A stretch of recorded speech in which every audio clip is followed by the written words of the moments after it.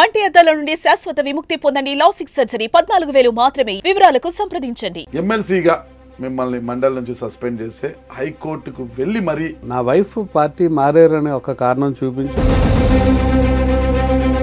మీ ఆవిడ రోల్ ఏంటి పార్టీలో? Mandal vice MPP. ఒక మండల నాయకురాలు ఇంత పెద్ద నిర్ణయం తీసుకుంటున్నారంటే భర్త ఆదేశాలు లేనిదే ఆవిడ అటువైపు స్టెప్ వేసి ఒక మండల నాయకురాలు జస్ట్ మీ ఇంట్లో టీడీపీ నాయకులు వచ్చి మీటింగులు పెట్టి మంతనాలు చేస్తున్నా కూడా మీరు చూస్తున్నట్టు ఒకే ఇంట్లోనే ఎమ్మెల్సీ పదవి ఎంత కొన్నారు మీరు? కోర్టుకు వెళ్ళినప్పుడు మీరు సమర్పించింది ఏంటి? నేను ఆపరేషన్ చేసుకున్నాను. నిజంగా మీరు ఆపరేషన్ చేసుకున్నారు, అది రీజన్. రఘురాజు గారు టీడీపీలోకి వెళ్ళబోతున్నారు అన్న ఒక ప్రచారం అయితే బయట బలంగా జరుగుతోంది. ధనుంజయ రెడ్డి గారి వల్ల మీకు జరిగిన అన్యాయం ఏంటి? నాకు అన్యాయం జరిగింది అని నేను డైరెక్ట్గా అయితే అనుకోలేను. మీ నియోజకవర్గంలో వ్యక్తి ఎవరో లవ్ లెటర్ రాశాడు మీకు, అది అనవసరం అనుకుంటా. అంటే చాలా పాయింట్లు ఉన్నాయి దీంట్లో.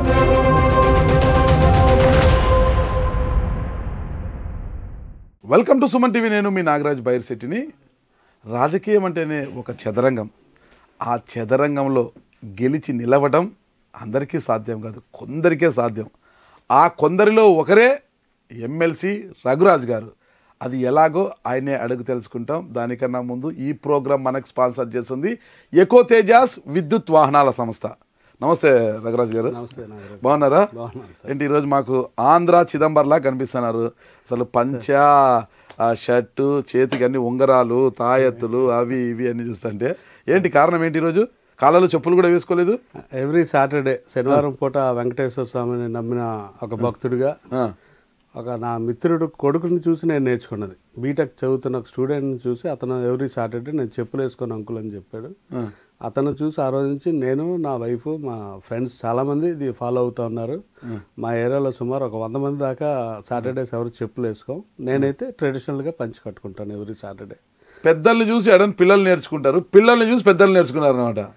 అంటే మంచి ఎవరి దగ్గర నుంచి అయినా నేర్చుకోవచ్చు. చిన్నవాళ్ళ నుంచి పెద్దవాళ్ళతో నేర్చుకోవచ్చు, స్టూడెంట్ దగ్గర నుంచి టీచర్ నేర్చుకోవచ్చు, కార్యకర్త దగ్గర నుంచి నాయకుడు నేర్చుకోవచ్చు.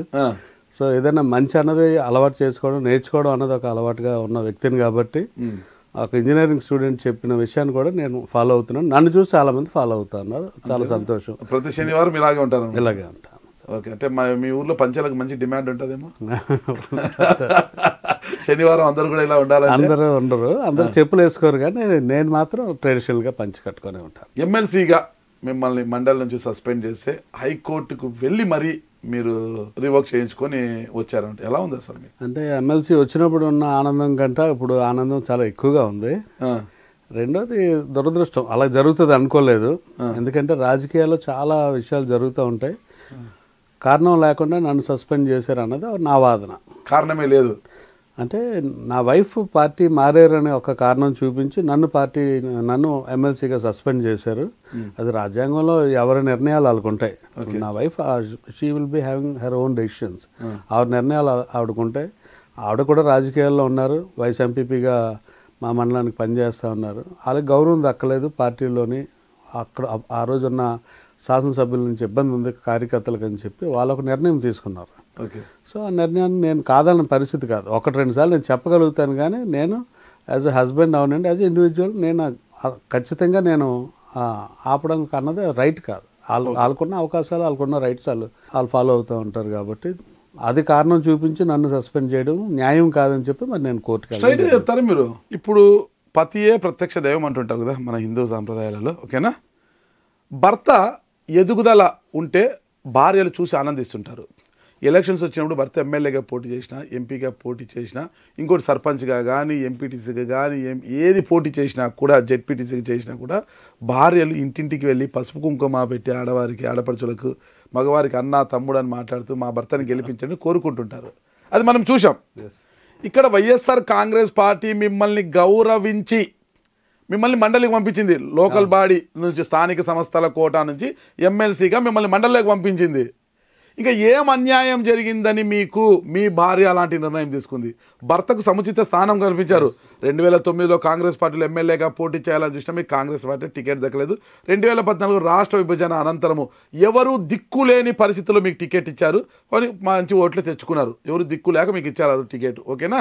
అది అయిపోయిన తర్వాత 2019 ఎన్నికలకు ముందు మీరు వైఎస్ఆర్ కాంగ్రెస్ పార్టీ తీర్థం పుచ్చుకున్నారు. ఆ తర్వాత మిమ్మల్ని ఎమ్మెల్సీ చేసింది పార్టీ, ఓకేనా. ఇంకా ఏం నష్టం జరిగిందని మీ భార్య బాధింపబడి టీడీపీలోకి వెళ్ళారు. అంటే మీరు అనుకున్న లైన్ అది. 2019 ముందు వైఎస్ఆర్ కాంగ్రెస్ పార్టీ నేను బీజేపీలో ఉండగా నన్ను ఆహ్వానించింది. ఓకే, ఆహ్వానించి మీకు ఎమ్మెల్సీ ఇస్తాము, బీసీలకి ఎమ్మెల్యే టికెట్ ఇద్దాము అని అడిగితే నేను చెప్పాను, నేను పలానా వాళ్ళకి టికెట్ ఇద్దామన్నారు. అలాగే ఇచ్చారు, టికెట్ ఇచ్చారు. ఎవరికి ఇచ్చామన్నారు? కడబండ గారికి. కడబండి గారికి. నన్ను మధ్యలో చిన్న చేంజెస్ అన్నారు. మళ్ళీ నేను అది కాదు, మళ్ళీ ఆయనకి ఇవ్వాలి, ఆయన తీసుకొచ్చి ఇక్కడ పెట్టాం కదా అన్నాను. మళ్ళీ మాట గౌరవించి ఇవ్వడం జరిగింది. సో నేను పార్టీ మారిన తర్వాత వైఎస్ఆర్ కాంగ్రెస్ పార్టీకి అక్కడ ఎమ్మెల్యే అవనండి, ఎంపీ అవనండి గెలవడానికి నేను 100% కృషి చేశాను. నాతో పాటు నేను ఎంత కష్టపడి రాజకీయాల్లో తిరుగుతాను, అభ్యర్థి ఎవరైనా కానీ నా భార్య కూడా అంతకంటే ఎక్కువ తిరుగుతాను. డోర్ టు డోర్ ఆవిడ తిరుగుతాను. కాబట్టి పార్టీకి నేను చేసింది కూడా ఉంది. పార్టీ గౌరవించి ఇచ్చింది, దాన్ని 100% కాదను. అలాగే జగన్మోహన్ రెడ్డి గారు కూడా అక్కడ స్థానికంగా ఉన్న పరిస్థితుల్లో ఒక క్షత్రియుడికి ఎమ్మెల్సీ ఇచ్చినప్పటికీ కూడా మళ్ళీ నాకు ఇచ్చారు. అది చాలా గొప్ప విషయం, దాన్ని అందరూ అప్రిషియేట్ చేస్తాం. ఆయన అన్న మాటకి ఆయన నిలబడ్డారు అన్నది. ఆ రోజు కూడా ఎమ్మెల్సీ వస్తుందని అనుకోలేదు. కాకపోతే ఆయన అన్న మాటకి ఆయన డైరెక్ట్గా నాకు ఎమ్మెల్సీ అని రాసిచ్చి కబురు పెట్టారు. దగ్గర నీకు ఇచ్చిన మాట ప్రకారం ఎమ్మెల్సీ ఇచ్చానని. చాలా సంతోషం. ఆ మాట గౌరవించి నేను ఒక అడుగు కూడా ఎన్నో ఇబ్బందులు పడ్డాం. ఒక ఎమ్మెల్యేని తీసుకొచ్చి గెలిపించాక ఎన్నో ఇబ్బందులు, ఎన్నో అవమానాలు పడినప్పటికీ కూడా ఆయన మా పట్ల గౌరవంగా ఉండి నాకు ఒక సముచిత స్థానం ఇచ్చారని ఆ కట్టసీతో నాకు ఎన్ని ఇబ్బందులు జరిగినా కానీ నేనైతే పార్టీలోనే ఉన్నాను. ఈ రోజుకి కూడా నేను చెప్తా ఉన్నాను. నా ఎమ్మెల్సీ పదవి పోయినప్పుడు చెప్పాను, ఎమ్మెల్సీ పదవి వచ్చాక కూడా చెప్పాను, నేను వైసీపీ ఎమ్మెల్సీని నేను చెప్తా ఉన్నాను. ఈ రోజుకి నేను చెప్తున్నాను. కాకపోతే ఆవిడ ఎందుకు వెళ్ళారంటే స్థానికంగా ఉన్న అప్పుడున్న శాసనసభ్యుల వలన మా మండలంలో అవనండి, మిగిలిన నియోజకవర్గం అంతా కూడా చాలామంది వ్యతిరేకించారు. అతనికి ఎమ్మెల్యే టికెట్ ఇవ్వద్దు అని చాలామంది వ్యతిరేకించారు. కడబండి శ్రీనివాసరావుకి టికెట్ ఇవ్వద్దు అని చెప్పి కొత్త వలస మండలంలో స్టార్ట్ చేశారు, తర్వాత వేపాడలో స్టార్ట్ చేశారు, తర్వాత ఎస్కోట్కి వచ్చింది. సో అందరూ కలిసి సుమారు 40-50 మంది ఎంపీటీసీలు, ఒక 50 మంది సర్పంచులు, 2 ఎంపీపీలు, 2 జడ్పీటీసీలు, ఒక స్టేట్ వెలమా కార్పొరేషన్ చైర్మన్ అందరూ కలిసి ఓపెన్గా అతనికి టికెట్ ఇవ్వద్దు అని చెప్పినప్పటికీ కూడా పార్టీ అతనికే టికెట్ ఇచ్చింది. సో ఇచ్చినప్పుడు ఈవిడ ఒక్కవిడ ధైర్యంగా ముందుకెళ్ళి పార్టీ మారి. మీ ఆవిడ రోల్ ఏంటి పార్టీలో, వైఎస్ఆర్ కాంగ్రెస్ పార్టీలో మీ ఆవిడ రోల్ ఏంటి? ఆవిడ మండల వైస్ ఎంపీపీ. ఒక మండల నాయకురాలు ఇంత పెద్ద నిర్ణయం తీసుకుంటున్నారంటే భర్త ఆదేశాలు లేదే, మీరు గిల్లందే ఆవిడ అటువైపు స్టెప్ వేసారు. ఒక మండల నాయకురాలు, జస్ట్ రాష్ట్ర స్థాయి క్యాడర్లో లేరు, రాష్ట్ర స్థాయి నాయకురాలు కాదు, ఒక కార్పొరేషన్ చైర్మన్ కాదు, ఏమీ కాదు, ఎమ్మెల్సీకి భార్య, ఒక మండల వైస్ ప్రెసిడెంట్, అంత మాత్రమే. ఆవిడ అలాంటి నిర్ణయం తీసుకుందంటే భర్త ప్రోత్సాహం లేకోకుండా, మీరు కనుసైగా చేసుకోకుండా తీసుకొని ఉంటారంటారా? అంటే నాతో డిస్కస్ చేశారు. నాతో డిస్కషన్ అయితే జరిగింది. మా ఇద్దరి మధ్యన చాలా రోజులు ఆ కన్ఫ్యూజన్ ఉంది. ఎందుకు ఈ నిర్ణయం మనకు పార్టీ గౌరవించింది అన్నప్పటికీ కూడా మీరుంటే ఉండండి, కార్యకర్తలు అవమానపడ్డారు, నాకు అవమానం జరిగింది. నేరుగా ఆవిడకి చాలాసార్లు అవమానం జరిగింది పార్టీలో. సో నాకు అవమానం జరిగినప్పుడు నేను ఎందుకు ఉండాలా? మీ ఇంతమంది కార్యకర్తలు, నాయకులు అతనికి వద్దు అనుకున్నాడు, పార్టీ అతనికే టికెట్ ఎందుకు ఇవ్వాలా? ఎవరికి ఇచ్చినా మీ అందరూ పని చేస్తామని చెప్తున్నాం, మనమే టికెట్ అడగలేదు. ఎవరికి ఇచ్చినా పని చేస్తామని 5-6 పేర్లు ప్రపోజ్ చేశాం కదా.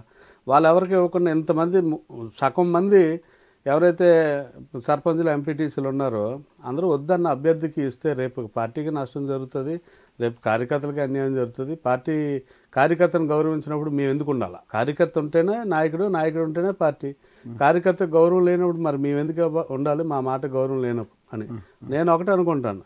ఆవిడ డైరెక్ట్గా వెళ్ళిపోయింది. కానీ ఈరోజు రాష్ట్రంలోని ఇంతమంది ఎమ్మెల్యేలు ఓడిపోయారు వైసీపీ తరఫున.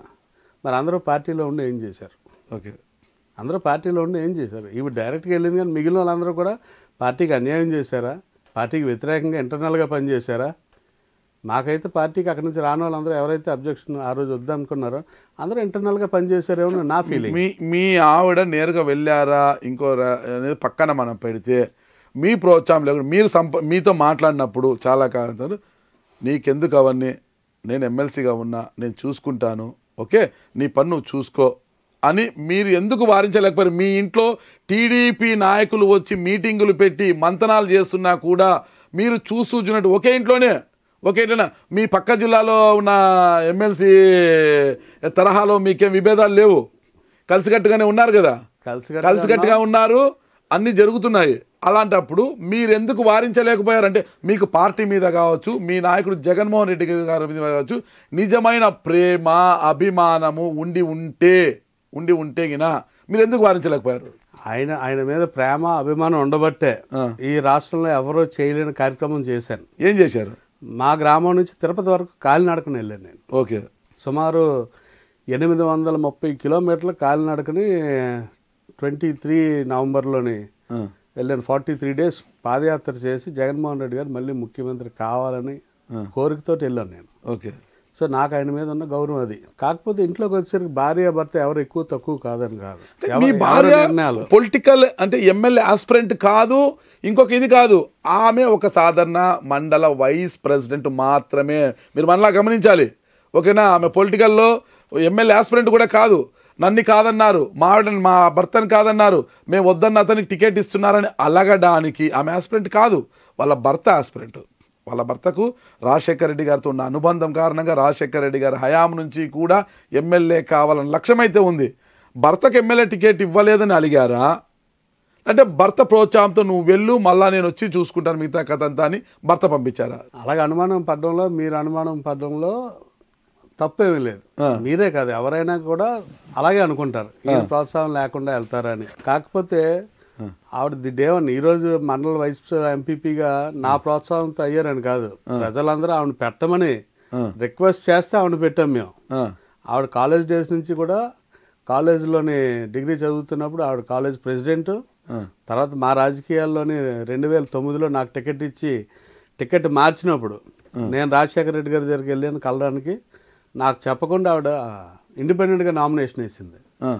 ఇప్పుడు ముందు నుంచి చిన్నప్పటి నుంచి కూడా ఇండివిజువాలిటీ ఉన్న ఒక లేడీ. ఓకే. సో ఆ రోజు ఆవిడ ఇండిపెండెంట్గా నామినేషన్ వేసారని ఆవిడ మాట గౌరవించి నేను మళ్ళీ ఇండిపెండెంట్గా నామినేషన్ ఎలక్షన్కి వెళ్ళాం. 2014లో కూడా అదే పరిస్థితి.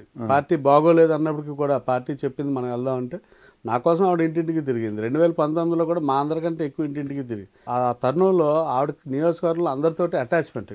మీరు అనుకోవడానికి మండల వైస్ ఎంపీపీ అయ్యి ఉండొచ్చు, కానీ నా మీద ఉన్న అభిమానస్తులందరికీ కూడా ఆవిడ కూడా నా స్థానమే. నేను ఎలాగైతే ఎమ్మెల్సీయో ఆవిడ కూడా ఎమ్మెల్సీ లాగా ఫీల్ అవుతుంది. మీకు 2024లో మీరు టికెట్ ఆశించారు, అయినా టికెట్ రాకపోవడానికి ప్రధానమైన కారణం ఎవరంటారు? 2024లో మీరు అనుకున్నట్టు మేము టికెట్ ఆశించలేదు. ఏం అవసరం ఉంటుంది సార్ మాకు టికెట్? నాకు 2024 ముందు నాకు 2027 వరకు ఎమ్మెల్సీ ఉంది. సో నాకెందుకు టికెట్? ఎమ్మెల్సీ ఉన్నా ఎవరికైనా కూడా శాసనసభలోకి ఎమ్మెల్యేగా ప్రజల చేత ఎన్నుకోబడి శాసనసభలోకి వెళ్ళాలనే ఆలోచన చాలా మందికి ఉంటుంది. ఎమ్మెల్సీకి రాజీనామా చేసేవారు ఉన్నారు, అది చాలా మందికి ఆ కోరిక. మీకు లేదంటారా? నాకైతే మొన్న ఎన్నికల్లో ఖచ్చితంగా 100% కూడా లేదు.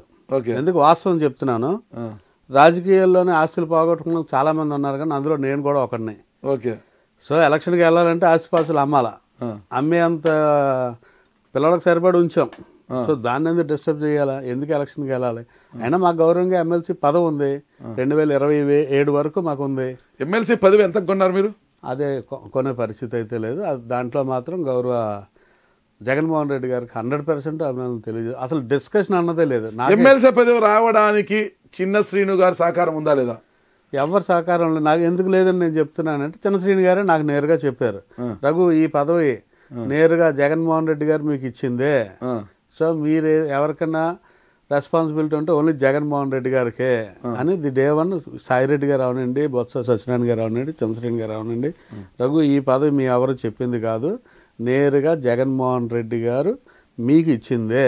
ఎందుకంటే మా జిల్లా నుంచి వెళ్ళినప్పుడు చైర్మన్ అని రాసి వెళ్ళింది నా పదవి జగన్ గారి దగ్గర. జగన్ గారు నేరుగా స్ట్రైక్ చేసి ఎమ్మెల్సీ అని రాశారని విజయసాయి మీకు సమ్ చైర్మన్ ఏదో ఒక చైర్మన్ పదవి ఇవ్వండి అనే లిస్టులో నా పేరు వెళ్తే జగన్మోహన్ రెడ్డి గారు అది కట్ చేసి ఎమ్మెల్సీ ఇస్తానని చెప్పాను, రాగానికి ఎమ్మెల్సీ ఇస్తానని చెప్పారని సాయిరెడ్డి గారు నేరుగా నాకే చెప్పారు. మీ స్థానిక సంస్థల్లో ఎమ్మెల్సీ కావడానికి మీరు స్వయంగా 10 కోట్ల రూపాయలు చెల్లించారు, చిన్న శ్రీను గారికి అందించారు. మరి చిన్న శ్రీను గారు తీసుకున్నారా, పార్టీకి ఇచ్చారా అనేది ఎవరికి తెలియని అంశం అంటున్నారు. దాని గురించి మీ కామెంట్ ఏంటి? నాకైతే 10 రూపాయలు ఖర్చు అవ్వలేదు. ఓన్లీ నామినేషన్కి మాత్రం కార్యకర్తలు వస్తారు తప్పించి నాకు ₹1 ఖర్చు అవ్వలేదు. ఆ పరిస్థితి నాకు వైసీపీలో కూడా ఎమ్మెల్సీలు ఇచ్చిన వాళ్ళు కూడా ఎవరు కూడా డిస్కషన్ ఏ రోజు. నిజంగా మీకు ఆ కలియుగ దైవం వెంకటేశ్వర స్వామి మీద భక్తి ఉంటే వాస్తవాలు మాట్లాడండి. ఎలాంటి రూపాయి చెల్లించకుండానే ఎమ్మెల్సీ అయ్యారా? సార్ ఈ రోజే కాదు, ఈ శనివారం అనే కాదు, వెంకటరమణమూర్తి అనే కాదు, నేను అబద్ధం చెప్పను. అబద్ధాలు చెప్పరు? అబద్ధం నేను చెప్పను. అంటే గతంలో సత్య హరిశ్చంద్రుడు మీ ఇంటి పక్కన ఉండేవారు అంటారు, వాస్తవమేనా? అంటే ఆ రోజుల్లో మీరు మా ఇంటి పక్కన ఉన్నారేమో మరి. లేదు చెప్పారు, నేను ఎంక్వైరీ చేసి చెప్పారనమాట. ఎంక్వైరీ చేస్తే వాళ్ళు వీళ్ళు కొద్దిగా కజిన్స్ లాగా ఉండేవాళ్ళు. నిన్న మీతో ఇంటర్వ్యూ అన్నప్పుడే నేను అన్నాను, సార్ నేను మీ ఇంటర్వ్యూస్ ఒకటో రెండో చూశాను కానీ మీరు చాలా ఇబ్బంది పెడతారని అంటున్నారు అందరూను. మీతో ఇంటర్వ్యూ అయితే కొద్దిగా జాగ్రత్తగా ఉండాలంటే మీరు నవ్వుతూ అటువంటిది ఏమి ఉండదు అంటే నేనేం చెప్పాను మీతోటి, సార్ నిజం చెప్పేవాడికి భయం ఎందుకంటే. నిజాలే చెప్తున్నారు, అయితే నిజమే కదా చెప్పేది? నిజమే చెప్తున్నాను. ఓకే, మీ ఆవిడ గారు టీడీపీలోకి వెళ్ళారని పార్టీ మిమ్మల్ని అనుమానించి మీరు చేసిన కష్టాన్ని, మీరు చేసిన పాదయాత్రను, తిరుమల పాదయాత్రను ఇవన్నీ పరిగణలోకి తీసుకోకుండా కేవలం భార్య వెళ్ళడంతో మిమ్మల్ని సస్పెండ్ చేసింది. దాంతో మీ సస్పెండ్ చేసి ఎమ్మెల్సీ పదవి కూడా మీకు డిస్క్వాలిఫై చేశారు మండలిలో. అయితే మీరు కోర్టుకు వెళ్ళారు. కోర్టుకు వెళ్ళినప్పుడు మీరు సమర్పించింది ఏంటి? నేను ఆపరేషన్ చేసుకున్నాను, ఆపరేషన్ కోసం వెళ్తే నన్ను ఇట్లా డిస్క్వాలిఫై చేశారు, నేను హాజరు కాలేదు, అది ఇది అనేసి మీరు సమర్పించిన దాఖలాలు. నిజంగా మీరు ఆపరేషన్ చేసుకున్నారు, అది రీజనా? అంటే రీజన్ అంటే సార్ మార్చ్ 23 ఎప్పుడో ఫస్ట్ ఒక నోటీస్ ఇచ్చారు, నేను రిప్లై ఇచ్చాను. తర్వాత ఏప్రిల్ మే అనుకోండి, మేలో ఫస్ట్ పిలిచారు నన్ను, కౌన్సిల్కి పిలిచారు సంజయ్కి. సార్ 23 నేను ఒకసారితో మాట్లాడాను చైర్మన్ గారికి చేసి, సార్ 24 మా గ్రామ దేవత పండుగ ఉంది, పండుగ ఉన్నప్పుడు నేను రాలేకపోతున్నాను సార్, 27కి పెట్టాను సార్, నేను వచ్చేస్తాను అన్నాను. సో 27కి నాకు పాదయాత్రకు ముందు నుంచి కూడా నాకు విపరీతమైన పెయిన్ వచ్చేది ఇక్కడ పొట్టలో. అంటే మార్నింగ్ పూట బాగానే నడిచేవాడు కానీ ఈవినింగ్ వచ్చేసరి పెయిన్ వచ్చేది. పెయిన్ అంటే ఎక్కడ? పొట్టలోనా, ఛాతిలోనా? ఇక్కడ ఈ రిబ్స్ కింద. సో అదేంటో తెలిసింది. అప్పటికి స్కాన్ చేయించుకున్నాను, గాల్ బ్లాడర్లో స్టోన్స్ ఉన్నాయని తెలిసింది. సో పాదయాత్ర ముందే సర్జరీ అన్నారు, పాదయాత్ర ముందే అయితే మళ్ళీ తర్వాత ఇబ్బంది పడతాను, డేట్ ఫిక్స్ చేశాను కదా అని దాన్ని పోస్ట్పోన్ చేసుకొని వచ్చాను. సో ఆ పెయిన్ అలాగే ఉంటూనే ఉంది. 27కి రావడానికి బయలుదేరినండి, విజయవాడ వరకు వచ్చినండి, కౌన్సిల్కి వెళ్ళలేకపోయి నేను సార్ నాకు హెల్త్ బాగోలేదు, సో నాకు మళ్ళీ ఒక 14 days అట్లీస్ట్ 2 weeks టైం ఇవ్వండి సార్, నేను 100% వస్తానని చెప్పాను. సో వెళ్ళిన తర్వాత ఈ పెయిన్ ఎక్కువ అవుతుంది కదా అని డాక్టర్ దగ్గరికి వెళ్తే ఇమీడియట్గా చేయకపోతే ఇబ్బంది పడతారు మీరు అన్న మాటకి నేను ఇంత సీరియస్గా 23 ఒక వాయిదా, 27 ఒక వాయిదా, 30వ తారీఖు ఒక వాయిదా వేసి తీసేస్తారని నేనైతే అనుకోలేదు. ఇప్పుడు ఏ కేసుకైనా సరే వారం 10 రోజులు, నెల 2 నెలలు 3 నెలలు టైం ఉంటుంది. ఒక వారంలో 3 వాయిదాలు ఇచ్చేసి తీసేస్తారని నేను అనుకోలేదు. సో మళ్ళీ నేను హాస్పిటల్లో డాక్టర్ చెప్పిన వెంటనే మరి ఫ్యామిలీకి భయం ఉంటుంది కదా, ఎందుకు గాల్ బ్లాడర్లో స్టోన్స్ ఉన్నప్పుడు ఎందుకు ఇబ్బంది అంటే చేయించుకుందాం సర్జరీ. కానీ దీన్ని సాకుగా చూపి, అంటే ఇక్కడ హాజరు కావడానికి ఇష్టం లేకనే డాక్టర్ చెప్పకుండా, లేదు సరిపోతుంది మందులతో సరిపోతుందా, లేదు నాకు సర్జరీ కావాలి అని మీరు కోరి సర్జరీ చేయించుకున్నారు అన్నారు. డాక్టర్ గారి నెంబర్ ఇచ్చేస్తాను, మీరు మాట్లాడుకోవచ్చు. చాలా సీనియర్ డాక్టర్ నారాయణరావు గారు అని, ఆయన ఇప్పుడు ఇలాంటి 15,000 సర్జరీ. షూర్, తప్పకుండా చెప్పండి. తప్పకుండా ఆయన 1 dayలోనే వెళ్ళిపోవచ్చు అంటే ఏముంది, మళ్ళీ వాయిదా అడిగాం కదా, వెళ్ళొచ్చు కదా అనుకున్నాం.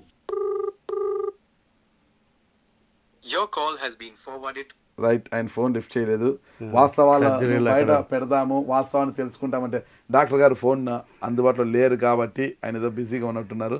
సరే, ఆ వాస్తవాలు మీరు ఏదో ఎత్తని నెంబర్ నా 2వ నెంబర్ చెప్పాను అనుకుంటారు, ఇందులో ఉంటుంది చూడండి కావాలి.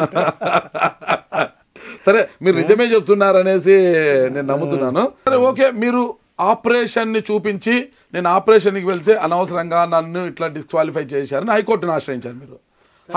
హైకోర్టు ఏమి ఇచ్చింది మీకు? ఒక అవకాశం ఇవ్వండి, ఓకేనా? డిస్క్వాలిఫై కాదు, ఒక అవకాశం ఇవ్వండి. ఆపరేషన్ చేయించుకున్నారు కాబట్టి ఆయన కాసు చూపిస్తున్నారు, ఒక అవకాశం ఏంటని మాత్రం హైకోర్టు ఇచ్చింది. భవిష్యత్తులో మళ్ళా మండలి చైర్మన్ మోషన్ రాజు గారు పార్టీ ఆదేశాల మేరకు మీపై చర్యలు తీసుకునే అవకాశం కూడా లేకపోలేదు. అవును, మరి అప్పుడేంటి పరిస్థితి? సరే, ఎప్పుడైనా న్యాయం గెలుస్తుంది, పూర్తిగా నమ్ముతాను. నేనైతే తప్పు చేయలేదని నేను అంటున్నాను. ఇప్పుడు ఎవరైనా డిస్క్వాలిఫై చేయాలంటే దానికి కొన్ని రీజన్స్ ఉంటాయి. ఆ రీజన్స్ బట్టి నేను ఎక్కడైనా తప్పు చేశానని వాళ్ళకి అనిపించింది అనుకోండి, దట్టు మీరు అంటున్నది నేను అటెండ్ కాలేదని సస్పెండ్ చేశారని కాదు. వాళ్ళు ఏం పెట్టారంటే నేను ఒక మాజీ ఎమ్మెల్యే తోటి ఒక స్కూల్ ఫంక్షన్కి అటెండ్ అయ్యానని పెట్టారు. ఆ రోజు నేను ఎమ్మెల్సీని, ఒక మాజీ ఎమ్మెల్యే వస్తే ఆవిడ నాతో వచ్చినట్టు నేను ఆవిడ తేలినట్ట. కోల లలిత కుమార్ గారు స్కూల్ ఫంక్షన్ కి ఎవరైనా వెళ్తారు, ఎవరైనా పిలుస్తారు, ఆల్ పార్టీస్ వెళ్తారు. అది ఒక రీజన్ కోల పెట్టారు, లలిత కుమార్ గారితో వెళ్ళారు. అదొక రీజన్ పెట్టారు. సో ఆ మీటింగ్ లో నేను పార్టీని ఏం అనలేదు, అది వాయిస్ కూడా వాళ్ళు పెట్టలేదు, ఏదో ఫోటో పెట్టారు. తర్వాత సెకండ్ థింగ్ ఏంటంటే, ఇంకొక నా మీద పెట్టిన అభియోగం ఏంటంటే, నేను నా వైఫ్ని ఇంకా ఎంపీటీసీలు అందరినీ తీసుకొని వెళ్ళి నేను పార్టీలో టీడీపీలో జాయిన్ చేశానని ఇన్ రైటింగ్ పెట్టారు. దానికి అటాచ్మెంట్గా ఒక సాక్షి పేపర్ పెట్టారు. సాక్షి పేపర్లో ఏముంది, కోల లలిత్ కుమారి వీళ్ళందరినీ తీసుకొని వెళ్ళి పార్టీలో జాయిన్ చేశారు అని ఉంది. సో అది తప్పే. మూడోది ఇంకోటి ఏం పెట్టారంటే, నేను వాలంటీర్గా పార్టీని వదిలేశానని, వాలంటీర్గా నా పదవిని వదిలేశానని ఇన్ రైటింగ్లో పెట్టారు. దానికి వాళ్ళే ఒక లీడర్ పేపర్ అటాచ్ చేసి పెట్టారు.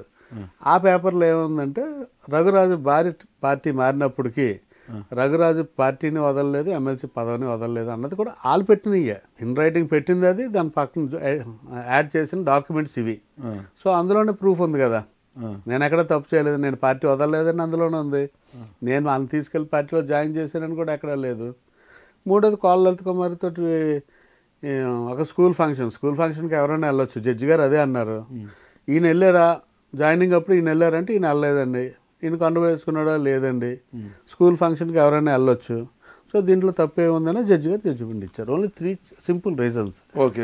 ఒక అవకాశం ఇవ్వండి అని మాత్రమే ఇచ్చారు. అంటే భవిష్యత్తులో మళ్ళా మీ పైన చర్యలు తీసుకునే అవకాశం ఉంది, మళ్ళా మిమ్మల్ని డిస్క్వాలిఫై చేయొచ్చు. మరి ఏంటి పరిస్థితి? నేను తప్పు చేస్తాగా, నేను తప్పు చేయలేదు, చెయ్యను కూడా. ఓకే, చాలా జాగ్రత్త. ఈ రోజుకి సార్ టిల్ టుడే ఈ రోజు కూడా మీరు ఒకసారి మా జిల్లా మా నియోజకవర్గంలో ఎంక్వైరీ చేసుకుంటే ఈ రోజుకి ఉన్న వాళ్ళందరూ కూడా ఎంపీపీలు, జడ్పీటీసీలు, major MPTCs and sarpanches YCP వాళ్ళు కదా ఉన్నారు. సో నేను ఏ మీటింగ్కి వెళ్ళినా అధికారులందరికీ చెప్తాను, ప్రభుత్వాలు మారాయని కానీ నాయకత్వాలు మారాయని కానీ సర్పంచులకి, ఎంపీటీసీలకి, ఎంపీపీలకు గౌరవం తగ్గితే నేను ఒప్పుకోను. వాళ్ళకి గౌరవం ఇవ్వకపోతే నేను ఖచ్చితంగా మిమ్మల్ని అడుగుతాను అని ప్రతి సమావేశంలోనూ కూడా నేను చెప్తుంటాను. చెప్తే ఎవరి కోసం మాట్లాడినాడు సార్? నేను క్యాడర్ కోసం. అంతే కదా, ఎప్పుడైనా క్యాడర్ ఉంటేనే లీడర్. కార్యకర్తలు నాయకుడిని తయారు చేసేయగలరు, నన్ను కాకపోతే మిమ్మల్ని కాకపోతే ఆయన్ని తయారు చేసేయగలరు కార్యకర్తలు. నాయకుడు అనుకుంటే కార్యకర్తను తయారు చేయలేం. సో నేను ఎప్పుడు కూడా బలంగా నమ్మేది ఏంటంటే, కార్యకర్తకు గౌరవం ఉంటేనే మన గౌరవం. మీకు గౌరవం లేదు కాబట్టి నేను కామ్గా ఉన్నాను, అంతే. సరే, ఆ రోజు మీరు ఎమ్మెల్సీ టికెట్ కొనుక్కోలేదు అంటున్నారు, మరి ఈ రోజు ఏమైనా అమ్ముడుపోయారా? అటువంటిది కూడా లేదు. ఎందుకంటే మరి చెప్పొచ్చో లేదో తెలీదు, మొన్న సెషన్స్ జరుగుతున్నప్పుడు నాది కోర్టులో ఆర్డర్ వచ్చింది, కానీ ఇంకా ఆర్డర్ కాపీ రాకపోయినప్పటికీ చైర్మన్ గారి దగ్గర మేము ఉన్నాం, ఇంకా 4-5 ఉన్నారు, బొత్స సార్ కూడా ఉన్నారు. ఏదో మాటల్లోని కొంతమంది రిజైన్ చేశారు. రిజైన్ చేసిన ఎందుకు యాక్సెప్ట్ చేయలేదు అన్నది ఒక డిస్కషన్. అవును, బల్లి కళ్యాణ్ చక్రవర్తి గారు కావచ్చు, పోతల సునీత గారు వచ్చినప్పుడు ఒక వేరే ఆయన ఎవరో ఉన్నారు, పొలిటీషియన్ గట్ట కాదు, ఆయన అన్నారు కొన్ని పేమెంట్లు ఉన్నాయి కదా సార్ అన్నారు. అంటే బొత్స గారు ఇమీడియట్గా మరి రఘుది ఆ కేసు కాదు అన్నారు. మరి అదే కదా నిదర్శనం, పేమెంట్లు లేనట్టు. ఓకే, డబ్బు కోసం ఎందుకు సార్ రాజకీయాలు? అలాగైతే ఆస్తులు ఎందుకు అమ్ముతాం? ఓకే, సుమారు 130 ఎకరాలు అమ్మాను. మొత్తం మీద రాజకీయ చదరంగంలో పోరాడి నిలదొక్కున్నారు ఏదన్నా. ఓకే, మీరు అన్నట్టు దేవుడి దయ. సరే, ఓకే, నిలదొక్కున్నారు. టెక్నికల్ గా తీసుకుంటే మీరు వైఎస్ఆర్ కాంగ్రెస్ పార్టీ ఎమ్మెల్సీ, అన్టెక్నికల్ గా చూస్తే మీరు ఏ ఎమ్మెల్సీ ఎవరికి అర్థం కాదు. అంటే త్వరలో మీ భుజం పైన పూర్వాశ్రమంలో ఉన్న మీ కాషాయపు కండువా పడబోతుందా, పసుపు కండువా పడబోతుందా, గ్లాస్ కండువా పడబోతుందా? ప్రస్తుతానికి అటువంటి ఆలోచన గట్ట లేదు. మరి పార్టీ మిమ్మల్ని సస్పెండ్ చేసింది, వైఎస్ఆర్ కాంగ్రెస్ లో మీరు లేరు, ఎమ్మెల్సీగా గెలిచింది ఆ పార్టీ నుంచి అయినా పార్టీ మిమ్మల్ని విశ్వసించడం లేదు. ఓకేనా, మీరు ఎమ్మెల్సీగా ఉన్నారు, ఆ పార్టీ టెక్నికల్గా వైఎస్ఆర్ కాంగ్రెస్ పార్టీ ఎమ్మెల్సీనే మీరు కోర్టుకు వెళ్ళి తెచ్చుకున్నారు. మరి మీ భవిష్యత్తు ఏంటి? పసుపు జెండా వైపు వెళ్తున్నారా, కాషాయపు జెండా వైపు వెళ్తున్నారా, గ్లాసు దగ్గరికి వెళ్ళబోతున్నారా? ప్రస్తుతానికైతే అటువంటి నిర్ణయం లేదు. నాకైతే పార్టీ పిలవడం లేదు. నేను అన్నాను చాలాసార్లు మా జిల్లా ప్రెసిడెంట్ గారితో, సార్ మీరు పిలవడం లేదు, నేను అటు వెళ్ళడం లేదు, ఏంటి పరిస్థితి అంటే, రఘు మీరు అలాగడిగితే ఎలా అనేసి నవ్వుతూ మాట్లాడుకోవడం జరిగింది. చూద్దాం భవిష్యత్తు ఎలాగ నిర్ణయిస్తుందో. నేనైతే వాస్తవంగా మేము అనుకున్న స్థాయిలో మాకు గౌరవం ఇచ్చింది జగన్మోహన్ రెడ్డి గారు, ఎమ్మెల్సీ ఇచ్చి. సో ఆ కట్టసి 100% ఉంది. భవిష్యత్తు ఎలా నిర్ణయిస్తుందో చూద్దాం. అప్పుడు అంటే భార్య వెళ్ళిన దారిలోనే మీరు వెళ్తారా, లేదంటే ఇటు? సార్ మీకు తెలుసో తెలీదో, మా కార్యకర్తలు అడగండి, రోజు నాకు ఆవిడకి రోజు ఆర్గ్యుమెంట్స్ నడుస్తుంటాయి. మీ పార్టీ ఎలాగంటే మీ పార్టీ ఎలాగంటే మీ అయితే టిల్ టుడే ఆర్గ్యూ ఇప్పటికీ మీ గుండె లోతుల్లో వైసీపీనే ఉందా? ఎస్ ఉందా? మనస్ఫూర్తి చెప్పండి, ప్రమాణం చేసి చెప్పండి. అంటే నాకు అన్యాయం జరిగింది, దానికి కొన్ని కారణాలు ఉన్నాయి. ఏంటంటే నాయకుడి మాట వినలేదో, లేకపోతే నాయకుడి మాట గౌరవించలేదో, లేకపోతే నాయకుడు చెప్పింది చేయలేదన్న ఒక ఆలోచనతో పార్టీ చేసి ఉండొచ్చు. కడుబండ శ్రీనివాస్ గారికి ధనంజయ రెడ్డి గారికి ఐఏఎస్ ధనంజయ రెడ్డి గారికి ఉన్న అనుబంధం ఏంటి? మీకే బాగా తెలియదు సార్. అంటే యాక్చువల్గా కడుబండ శ్రీనివాస్ గారు చెప్పడం ఆయన క్లాస్మేట్స్ ఫ్రెండ్స్ అని చెప్తారు. వాళ్ళిద్దరికి అన్న రిలేషన్ ఎందుకంటే నేను ఎప్పుడు వాళ్ళిద్దరు కలిసి ఉన్నప్పుడు నేను లేను, ఉంటే తెలిసేది ఎటువంటి ఫ్రెండ్స్ ఏంటో. ఆయన క్లోజ్గా ఎప్పటికప్పుడు మాట్లాడడం, ఏంటంటే ధనంజయ రెడ్డి దగ్గరికి వెళ్ళి మాట్లాడతానని చెప్పడం జరిగేది. సమ్ రిలేషన్ ఉండి ఉంటుంది వాళ్ళిద్దరికి కూడా, కాలేజీలో సీనియర్ కానీ సంథింగ్. ధనంజయ రెడ్డి గారి వల్ల మీకు జరిగిన అన్యాయం ఏంటి? ధనంజయ రెడ్డి గారి వల్ల నాకు అన్యాయం జరిగింది అని నేను డైరెక్ట్గా అయితే అనుకోలేను. ఇండైరెక్ట్గా ఏమైనా జరిగిందేమో నాకైతే తెలియదు. కానీ నేను ఎందుకంటే జగన్ గారు నన్ను ఎంతో అభిమానించి పార్టీకి పిలిచారని నేను అనుకుంటాను. కాకపోతే ఒక గ్యాప్ వచ్చింది, ఎందుకు వచ్చిందో తెలియదు. జగన్ గారికి మాకు ఒక గ్యాప్ వచ్చింది. అంటే మధ్యలోనే ఎవరో మాట్లాడిన విషయాలు, నేను పార్టీకి వ్యతిరేకంగా ఉన్నాను, లేకపోతే లీడర్షిప్ని గౌరవించినాను, లేకపోతే ఎమ్మెల్యేతో ఎప్పుడు గొడవ పడతానో. ఎందుకు గొడవ పడతాం? ఎక్కడన్నా తప్పు జరిగితే తప్పు అడిగితే తప్ప. ఇది తప్పు జరుగుతుంది, కార్యకర్తకు అన్యాయం జరుగుతుంది, ఇది రైట్ కాదు అని అడిగితే తప్పేం కాదు కదా. నేనైతే అడుగుతాను ఖచ్చితంగా. నేను టిల్ టుడే ఓపెన్గా చెప్తాను, నేను ఏ పార్టీలో ఉన్నా లోపల కమ్యూనిస్ట్ ఉన్నాడు. ఓకే, ఎక్కడ తప్పు జరిగినా ఖచ్చితంగా అడుగుతాను, నిలబడతాను, ఫైట్ చేస్తాను. దానివల్ల నాకు నష్టం జరిగినా నేను ముందుకే వెళ్తాను. ఓకే, నాకు నష్టం జరిగినా నన్ను నమ్ముకున్న వాళ్ళ కోసం నేను ముందుకే వెళ్తాను. ఈరోజు ఎమ్మెల్సీ పదవి పోయింది, నేను నా వైఫ్ అటు వెళ్ళిపోయింది తగుతోటే కదా.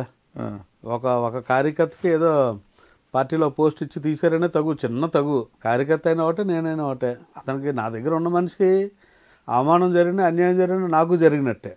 సో దాని మీద ఫైట్ కోసం వెళ్తేనే ఇదంతా కూడా జరిగిపోయింది. నా ఎమ్మెల్సీ పదవి మీదకి వచ్చింది, ఆవిడ టీడీపీకి వెళ్ళిపోయారు, ఇంట్లో డిస్టర్బెన్స్, ఫ్యామిలీలో డిస్టర్బెన్స్, అందరినీ కూర్చోబెట్టి మాట్లాడాలి, రకరకాలుగా అన్నీ జరిగినప్పుడు తర్వాత కోర్టుకు వెళ్ళడం, కోర్టులో కూడా ఎవరు ఊహించని విధంగా కోర్టులో కేసు గెలుచుకోవడం, ఎలక్షన్ కమిషన్ నోటిఫికేషన్ ఇచ్చింది కూడా క్యాన్సిల్ చేయించుకోవడం, మళ్ళీ నేను కౌన్సిల్లోకి వెళ్ళి గెజిట్ ఆర్డర్ పట్టుకొని వెళ్ళి కౌన్సిల్లో కూర్చోవడం, ఇదంతా కూడా ఏదో సినిమాలో జరిగినట్టు జరిగిపోయింది. సినిమాలో జరిగిపోయింది. మీరైతే నేను వైసీపీ ఎమ్మెల్సీ అని గట్టిగా చెప్తున్నారు కదా. సరే, ఒక మా అసెంబ్లీలో అంటే శాసనసభలో ఒక చర్చ జరిగిన తర్వాత మండలిలోకి అది అప్రూవల్కి వస్తే పార్టీ తీసుకున్న నిర్ణయం ప్రకారమే ఒక ఎమ్మెల్సీగా వ్యవహరిస్తారా? మీరు ఏ పార్టీలో లేని నేను, నాకు పార్టీ సస్పెండ్ చేసింది కదా అనేసి కూటమి పార్టీకి అనుకూలంగా ఓటేస్తారా? కూటమి పార్టీకి ఎందుకు ఓటేస్తాను? నాకు విప్ జారీ చేస్తే ఖచ్చితంగా పార్టీకి ఓటేస్తాను, జారీ చేయకపోయినా చేస్తాను. విప్ జారీ చేసే అవకాశం లేదు కదా, పార్టీ మిమ్మల్ని సస్పెండ్ చేసింది కదా. అది నాకు తెలియదు. అయితే విప్ జారీ చేసే అవకాశం లేదు అని నాకైతే తెలియదు. పార్టీ నన్ను సస్పెండ్ చేయలేదు కదా. ఓకే, డిస్క్వాలిఫై చేసింది కదా మండలి నుంచి మిమ్మల్ని. మండలి నుంచి నేను వైఎస్ఆర్ పార్టీలోనే ఉన్నాను కదా. ఓకే, పార్టీ నన్ను నేను సస్పెండ్ చేయలేదే. ఓకే, అయితే విప్ జారీ చేసే అవకాశం డిస్కషన్ కూడా వచ్చింది. ఓకే, ఆ డిస్కషన్ కూడా వచ్చింది కాబట్టి చెప్తున్నాను. నేను ఎప్పుడు కౌన్సిల్కి వెళ్ళినా కానీ వైసీపీ ఎల్పీ ఆఫీస్కి వెళ్తాను. సో మన సెషన్ జరుగుతున్నప్పుడు కూడా వెళ్ళి కూర్చున్నాను. కూర్చుంటే ఇంకొక ఎమ్మెల్సీ గారు అటు చూశారు ఇటు చూశారు. ఒక 5 నిమిషాలు ఇంకొక 4 ఎమ్మెల్సీలు ఉన్నారు. జగన్న మీకు కొంచెం మాట్లాడుకోవాలి అన్నారు. నేను ఉన్నానని అంటే నేను అన్నాను, మాట్లాడకుండా ఏమన్నారు? మాట్లాడుకోండి పర్వాలేదు కదండి. అలా కాదన్నా అన్నాను. ఏం నేను మీ ఓన్ కాదా అన్నాను. నువ్వు మా ఓడవి కానీ ప్రస్తుతానికి కాదు కదా అన్నా. సో పని చేయండి సార్, నేను ఇక్కడ డిస్కషన్లో కూర్చోకూడదని మీరు అనుకున్నప్పుడు నన్ను పార్టీని సస్పెండ్ చేయండి అన్నాను. అలాగే అలా చేస్తాం, అలా చెయ్యం కదా. ఎలాగైనా పార్టీని సస్పెండ్ చేయించుకోవాలి, మీరు అటువైపు వెళ్ళిపోవాలని మీ కోరిక ఉంది. అలా కాదు, నన్ను అక్కడ ఆకవరు పరిచారు కాబట్టి అడిగాను. కూర్చున్నాడు బయటకు వెళ్ళమంటే దాని అర్థం ఏంటి? మీ మీద నమ్మకం లేదు. అటువంటి అంత నమ్మకం లేనప్పుడు ఎందుకు మీరు అలాగా ఇబ్బంది పడతారు? నేను ఖచ్చితంగా వచ్చి నెక్స్ట్ డే కూడా వెళ్ళి కూర్చున్నా. అది అయిపోయిన 5 నిమిషాల్లో మళ్ళీ డోర్ తీసి మీ డిస్కషన్ అయిపోయిందని మళ్ళీ వెళ్ళి కూర్చున్నాను అక్కడే. నెక్స్ట్ డే వెళ్ళి కూర్చున్నాను అక్కడే. అంటే సస్పెండ్ చేయించుకునేంత వరకు వెళ్తూనే ఉంటారు? అదేం లేదు సార్, సస్పెన్షన్ అని వేటు పడేంత వరకు వెళ్తూనే ఉంటారు. అదే మీ ఆకాంక్ష? చేయకూడదని కోరుకుంటున్నాను. ఎందుకు చేయాలి నన్ను? నేను తప్పు చేస్తే ఏమి నటిస్తున్నారండి అసలు? సార్ నటనలో మీకు మీరే సాటి.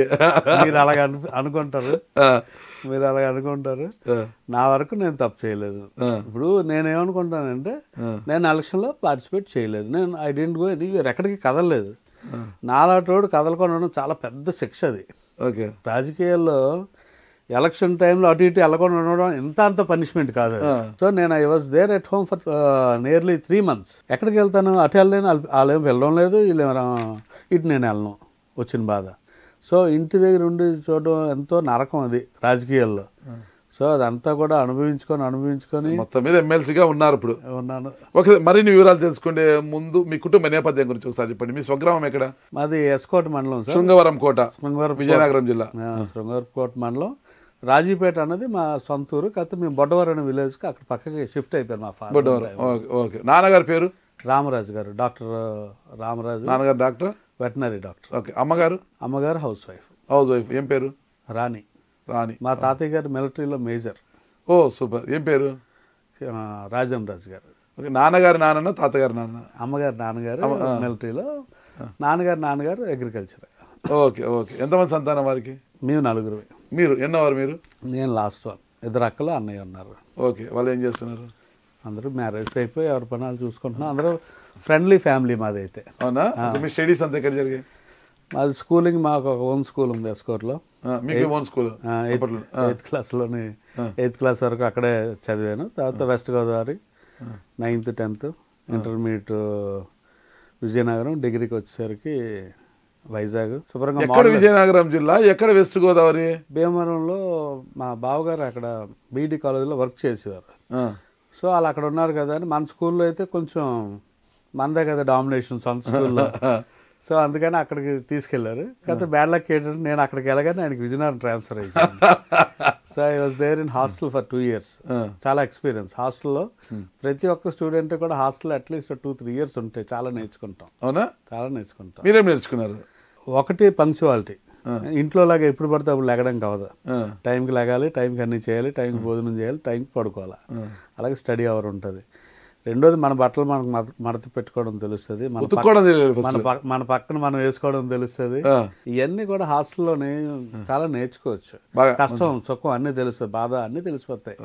ఒక రిలేషన్ ఉంటుంది, అందరితో కలిసి ఉంటాం. హైయర్ స్టడీస్ ఎక్కడ చేశారు మీరు? నేను డిగ్రీ బీవీకే కాలేజ్ వైజాగ్. ఏ గ్రూప్ చేశారు? ఆర్ట్స్కి వెళ్ళిపోయినాడు, హెచ్ఈపి. ఎందుకంటే ఇంటర్ బైపీసీ స్టూడెంట్ని. బైపీసీ తర్వాత మా ఫాదర్ ఎంబీబీఎస్ సీట్ రాకపోతే డబ్బులు కడతాను, జాయిన్ అవుతా అంటే జాయిన్ అవ్వను అని చెప్పి డిగ్రీ జాయిన్ అయ్యి, మనకి అప్పటి నుంచి మోడలింగ్, ఫ్యాషన్స్ చిన్న ప్యాషన్ ఉండేది. సో అందులో ఒక 2 years ఉన్నాను. మా చిన్నాన్నగారు ఎంపీపీగా ఉండేవారు. మోడలింగ్ చేశారు మీరు? ఆయన చనిపోయిన తర్వాత ఆ చుట్టుపక్కల ఉన్న విలేజ్ అందరూ వచ్చి, మా ఫ్యామిలీ నుంచి ఎవరో ఒకరు పాలిటిక్స్లోకి రాకపోతే అవ్వదు అని చెప్తే బలవంతంగా నన్ను తీసుకొచ్చి, కొంచెం ఒడ్డు పొడుగ్గా ఉన్నానని చెప్పి నన్ను పెట్టడం జరిగింది. ఆ రోజు కమిట్మెంట్తో వర్క్ చేసుకుంటే. మరి గడ్డం ఎందుకు పెంచారు మళ్ళీ మోడలింగ్ చేసిన మీరు? ఈ గడ్డం వాస్తవానికి అయితే మా అమ్మాయి పెంచమందని పెంచాను. మీ అమ్మాయి ఎందుకు? ఏవో దానికి ఇష్టం, బాబా గడ్డం పెంచండి అంది. సో ఆ రోజు నుంచి దగ్గర 4 years 5 years అవుతుందేమో. అప్పటి నుంచి గడ్డం, లేకపోతే ఎవ్రీడే నీట్ షేవ్తో ఉండేవారు. మోడలింగ్ చేశారు. ఇప్పుడు అంతా గడ్డమే ఫ్యాషన్ అయిపోయింది. ఇప్పుడు సాల్ట్ అండ్ పెప్పర్, మరి మీది ఓన్లీ పెప్పర్, సాల్ట్ లేదు. సాల్ట్ అండ్ పెప్పర్ ఇప్పుడు అంతా మోడల్ అయిపోయింది, ఫ్యాషన్ అయిపోయింది ఇప్పుడు అంతా కూడా. ఇదైతే అమ్మాయి అడిగిందనే. లవ్ మ్యారేజా మీది? Arranged marriage. మరి మీరు గతంలో కాంగ్రెస్ పార్టీలోకి ఎలా వెళ్ళారు మీరు? మా చిన్నాన్నగారు అందరూ కూడా, మా ఫాదర్ అందరూ కూడా కాంగ్రెస్ పార్టీలోనే ఉండేవారు. ఓకే. నేను ఫస్ట్ మండల పార్టీ ప్రెసిడెంట్ చేశారు, పిసిసి మెంబర్ని చేశారు. తర్వాత state youth Congress general secretary చేశాను, విజయనగరం జిల్లా ప్రెసిడెంట్ చేశాను. అలాగా తర్వాత జడ్పీటీసీ చేశాను, వైస్ ఎంపీపీగా ఉన్నాను, జిల్లా గ్రంథాలయ సంస్థ చైర్మన్ చేశాను. సో అలాగే తర్వాత ఎమ్మెల్యేగా 2 సార్లు పోటీ చేశాను. ఓకే. 2009, 2014. 2009, 2014. 9లో స్వతంత్ర అభ్యర్థిగా అనుకుంటా కదా? కాంగ్రెస్ టికెట్ ఇచ్చింది. బేసిక్గా రాహుల్ గాంధీ కోటాలో నాకు టికెట్ వచ్చింది ఆ రోజు. అక్కడ ఉన్న కమ్యూనల్ ఈక్వేషన్స్ అన్ని పెట్టి టికెట్ మార్చారు. అప్పుడు ఇండిపెండెంట్గా కంటెస్ట్. రాజశేఖర రెడ్డి గారికి ఉన్న అనుచరుగంలో మీరు కూడా ఒకరు కదా, ఎందుకు రాజశేఖర రెడ్డి గారు మీ పైన దృష్టి పెట్టలేదు? లేదు, ఆయన చాలా అభిమానంగా పిలిచారు. కొన్ని కారణాల వల్ల రఘు మార్చాల్సి వచ్చింది. 2004లో ఫ్రీ పవర్ ఫస్ట్ సంతకం పెట్టాను. 2009లో నీకు పెడతాను నాకు చెప్పారు, డైరెక్ట్ కూర్చోబెట్టుకుని ఇంట్లో. 2004 ఉచిత విద్యుత్ ఫైల్ మీద సంతకం పెట్టారు, 2009లో మీ సంతకం అన్నారు. అంటే నేను అన్నాను, నేను యాక్చువల్గా నేను అప్పుడు టికెట్ అడగలేదు. దురదృష్టం ఏంటంటే నేను ఎప్పుడూ టికెట్ అడగలేదు. కాకపోతే ఆ పరిస్థితులు అడగొచ్చాయి. కానీ నేను 3 పేర్లు రాసి ఇచ్చాను మా కాన్స్టిట్యున్సీ. ఏ పేర్లు? గుడివాడ రాజేశ్వరరావు ఒకటి, మోకల కస్తూరి, ఇంకోటి గొర్రెలు సరియు.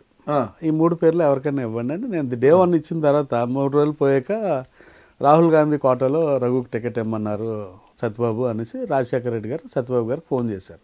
నేను సత్యబాబు గారితో ఢిల్లీలో ఉన్నాను. సో వెంటనే రఘు నువ్వు వెళ్ళి నువ్వు క్యాంపెయినింగ్ స్టార్ట్ చేసుకో అంటే నేను క్యాంపెయినింగ్ స్టార్ట్ చేసుకున్నాను. నాకు డిస్కషన్స్ తెలుస్తున్నాయి, కమ్యూనల్ ఈక్వేషన్ వస్తుంది, మారుతుందని. మారినా నేను ఒకటే చెప్పాను రాజశేఖర్ సార్, మీరు అన్నారు మీ నోటితోటి కాదనిసారు, మళ్ళీ అట్లీస్ట్ నేను అన్న 3 పేర్లో మీరు ఇవ్వండి, నేను చేస్తాను, లేకపోతే నేను చెయ్యను సార్ అని చెప్పి వచ్చాను. నాకు ఆయన చాలా అభిమానంగా చూసేవారు. పంచాయతీ ఎలక్షన్ కూడా ఫోన్ చేసేవారు నాకు, రవి ఎలక్షన్స్ ఎలాగవుతున్నాయని రాజశేఖర రెడ్డి గారు. సో వాళ్ళ ముగ్గురికి ఇస్తే చేస్తాను సార్, లేకపోతే నేను చేయను అన్నారు. 3rd పర్సన్ ఇంకో 4th పర్సన్కి ఇచ్చారు. సో అప్పటికే చెప్పాను కదా, నా వైఫ్ అప్పుడే నామినేషన్ వేసింది. సో తర్వాత నేను వచ్చి నా ఇండిపెండెంట్ కంటెస్ట్ చేయడం. రెండోది బ్యాడ్ లక్ ఏంటంటే ఒక ఓటు కాంగ్రెస్కి వేయమన్నాను, ఒక ఓటు నాకు, ఒక ఓటు పురంధేశ్వరి గారు ఫోన్ చేశారు. వాస్తవంగా ఆవిడ పెట్టి నా టికెట్ మార్చారు అన్నది అందరూ అనుకుండేది. కాకపోతే ఆవిడ ఫోన్ చేసి నాకు తెలియక కొంచెం తప్పు జరిగింది అని అంటే ఆవిడకి మీకేం పర్లేదమ్మా, మీకు నేను సపోర్ట్ చేస్తానని. మిగిలిన 6 నియోజకవర్గాల్లో పీఆర్పీ లీడింగ్ పల్లా శ్రీని గారు.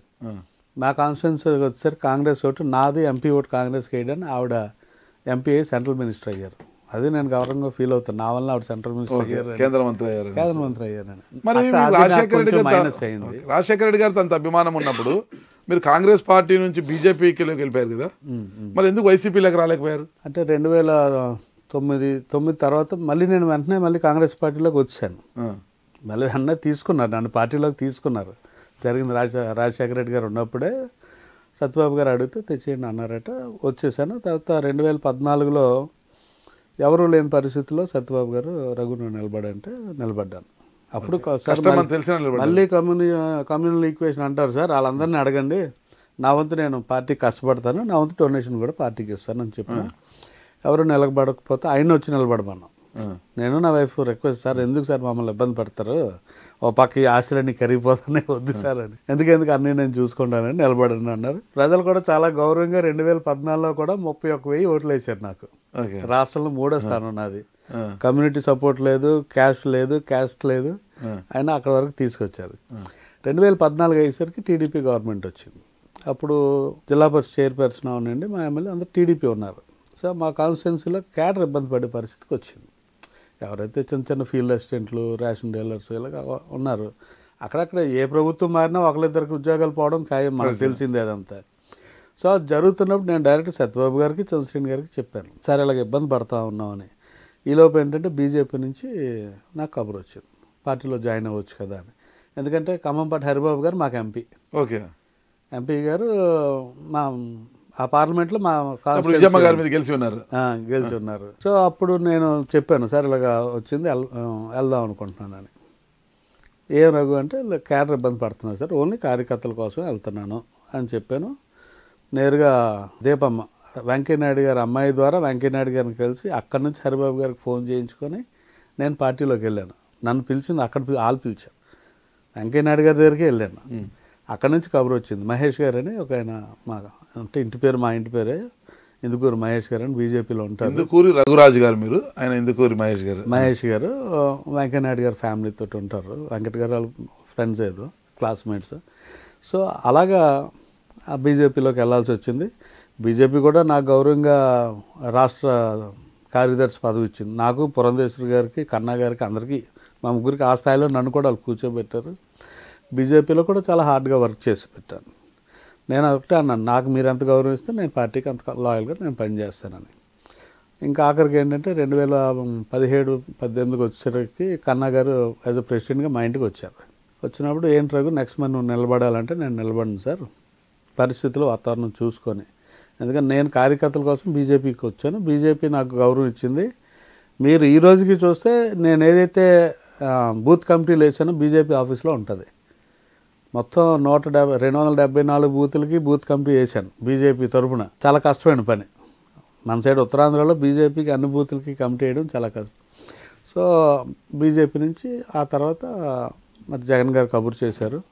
చాలా ఐ టుక్ 7-8 months తీసుకున్న తర్వాత ఆ రోజు వెళ్ళి కలిసాం. కలగానే రఘు బీసీకి ఇద్దాం అనుకుంటున్నానంటే మీ ఇష్టం సార్ అని చెప్పాను. నీకు ఎమ్మెల్సీ ఇస్తున్నారు, ఆ మాట ప్రకారం నాకు గౌరవం ఇచ్చారు. తర్వాత కొన్ని అనుమానాలు జరిగిన పరిణామాల నేపథ్యంలో మిమ్మల్ని మండలి నుంచి డిస్క్వాలిఫై చేయరు, కోర్టు నుంచి తెచ్చుకోవడం జరిగింది. సరే ఓకే, ఇప్పుడు రఘురాజు గారు టీడీపీలోకి వెళ్ళబోతున్నారు అన్న ఒక ప్రచారం అయితే బయట బలంగా జరుగుతోంది. అంటే ఒకవేళ మీరు టీడీపీలోకి వెళ్ళినా అక్కడ 3 సార్లు గెలిచిన కోల లలిత కుమార్ గారు అక్కడ ఉన్నారు, ఎమ్మెల్యేగా ఉన్నారు. ఇప్పుడు సిట్టింగ్ ఎమ్మెల్యే ఆవిడ. వెలమ సామాజిక వర్గము, క్షత్రియ సామాజిక అంత పెద్దగా లేదు అక్కడ, వెలమ సామాజిక డామినేషన్ అక్కడ. ఒకవేళ రఘురాజు గారు అక్కడికి వెళితే ఒకవేళ ఆయనకు న్యాయం జరుగుతుందా, సముచిత స్థానం కల్పిస్తారా అన్నది ప్రధానమైన ప్రశ్న. ప్రస్తుతానికి అయితే డిస్కషన్ లేదు. ఎందుకంటే నిత్యం నేను పదవి కోసం ఏ రోజు కూడా పాకులాడలేదు సార్. వాస్తవం, ఎవరైనా ఇలాగే చెప్తారులే అనుకుంటారు, కానీ పదవి పోయినప్పుడు పెద్ద బాధపడలేదు. పదవి పోయినప్పుడు కూడా ఒక గంట ఇబ్బంది పడ్డాను, అరే నాతో ఉన్న కార్యకర్తల పరిస్థితి ఏంటి అని. ఎందుకంటే వాళ్ళందరూ కూడా కోర్టు కేసు వేసినప్పటి నుంచి అందరూ గడ్డాలు జుత్తులు పెట్టుకొని తిరుగుతున్న వాళ్ళు బోల్డ్ మంది ఉన్నారు. కుమార్తె కోసం గడ్డం పెంచితే వాళ్ళు మీకోసం గడ్డాలు పెంచడం ఉన్నారు. వాళ్ళందరికీ ఏడు సమాధానం చెప్తావా అని ఒక చిన్న ఇబ్బంది పడ్డాను. సో నెక్స్ట్ ఎప్పుడు ఈసీ నోటిఫికేషన్ ఇవ్వగానే పదవి పోయినప్పుడు పెద్దగా ఫీల్ అవ్వలేదండి. ఈసీ నోటిఫికేషన్ ఇచ్చేసరికి అంటే మన కోర్టులో గెలుస్తామని ఒక కాన్ఫిడెన్స్ ఉండేది. ఈసీ ఎప్పుడైతే నోటిఫికేషన్ ఇచ్చిందో ఆ రాత్రి కొంచెం ఇబ్బంది పడి మార్నింగే నా వైఫ్తో మాట్లాడి ఇది పరిస్థితి ఏడ్ చేద్దాం, ఎలక్షన్కి వెళ్దాం నేను అనుకుంటున్నాను అన్నాను. సరే మీ ఇష్టం అన్న. ఎలక్షన్కి వెళ్దామంటే మీరు అన్నట్టు ఉత్తున్నారు కదా, ఏడ్ చేద్దాం అంటే స్కూల్ ప్రాపర్టీ ఒకటి ఉంది, దీన్ని ఎచ్చబెట్టేద్దాం స్కూల్ అనుకోండి. అప్పుడే వేరే వాళ్ళతో మాట్లాడడం, మనీ అరేంజ్ చేయండి అనడం. వెంటనే విజయవాడ వద్దాం, మా లాయర్ని కలుద్దాం, నోటిఫికేషన్ వచ్చింది. అయినా కానీ టికెట్ తీసుకొని ఎయిర్పోర్ట్ వరకు వెళ్ళి మళ్ళీ వెనక్కి తిరిగి వెళ్ళిపోయాను. నేను మనం ఎలక్షన్కి వెళ్ళిపోదామని. సో 6th కోర్టు ఉంది. సో 4th వచ్చాం. 6th ఆర్గ్యుమెంట్లో కూడా మనకు చాలా ఫేవరబుల్గా వచ్చింది, ఒక రిలీఫ్ వచ్చింది. లేకపోతే ఎలక్షన్కి వెళ్ళడానికి ప్రిపేర్ అయిపోయాం. ఏ ఎలక్షన్స్కి? ఎమ్మెల్సీ లోకల్ బాడీస్ గెలుస్తాం ఓడతామని కాదు, నాకు అన్యాయం జరిగింది. పార్టీ నన్ను అన్యాయంగా సస్పెండ్ చేసింది. ఓహో, మళ్ళా పోటీ చేయాలని ఖాళీ పడ్డ స్థానానికి పోటీ చేయడానికి సిద్ధపడిపోయాం. ఓకే, నేను సిద్ధంగానే ఉన్నాను. చాలా మంది అడిగి రేట్ ఏంటి పరిస్థితి అని నేను పోటీ చేస్తున్నాను అన్నాను.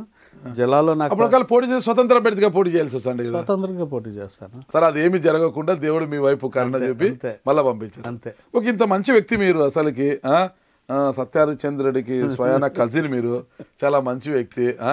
ఇంత మంచి వ్యక్తి పైకి ఒక మీ నియోజకవర్గంలో వ్యక్తి ఎవరు లవ్ లెటర్ రాశాడు మీకు, ప్రేమ లేఖ, 2 పేజీల ప్రేమ చాలా రాయించారు.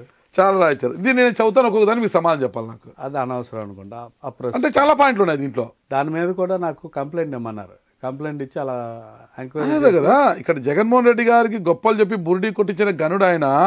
ఈయనకు ఎస్కోట్ నియోజకవర్గం 30,000 ఓట్లు ఉన్నాయని గొప్పలు చెప్పుకుంటూ పబ్బం గడుపుతుంటాడు వైసీపీలో అనేది కూడా ప్రధానమైన ఆరోపణ దీంట్లో.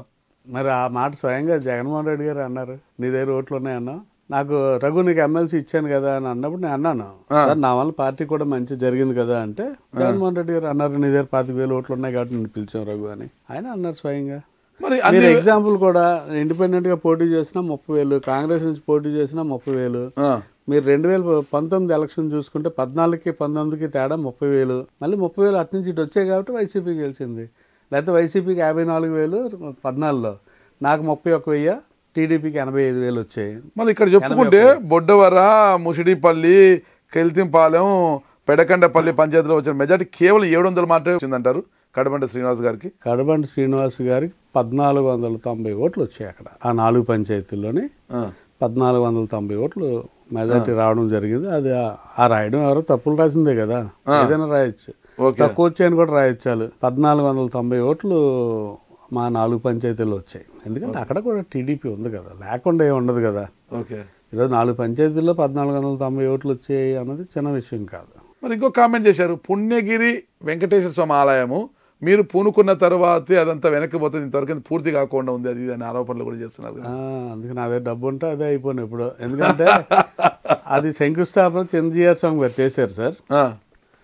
చేసిన తర్వాత ఒక సంవత్సరం పోయాక నాకు కౌరు పెట్టి నాకు స్కెచ్ ఇచ్చి నువ్వు చెయ్యి రఘు అన్నారు, ఇది చూడమ్మా నువ్వు అని. కాకపోతే నాకు ఇవ్వడమే తప్పించి అడగడం రాక, డొనేషన్కి పెద్దగా వెళ్ళలేక, నా దగ్గర ఎప్పుడో ఏ భూమి అమ్మడమో ఏ సైట్ అమ్మడమో ఎలక్షన్లో గట్టి అమ్మినా డబ్బు ఉంటే దాంతో నడుస్తుంది. కొంతమంది మిత్రులు బాగానే సపోర్ట్ చేస్తా ఉన్నారు. ఒక ఆయన అయితే మా రిలేషన్ అవుతారు, ఆయన 21 లక్షలు పెట్టి విగ్రహాలు ఇచ్చారు. ఆయన ఇచ్చి పాపం 7-8 సంవత్సరాలు అయిపోయింది.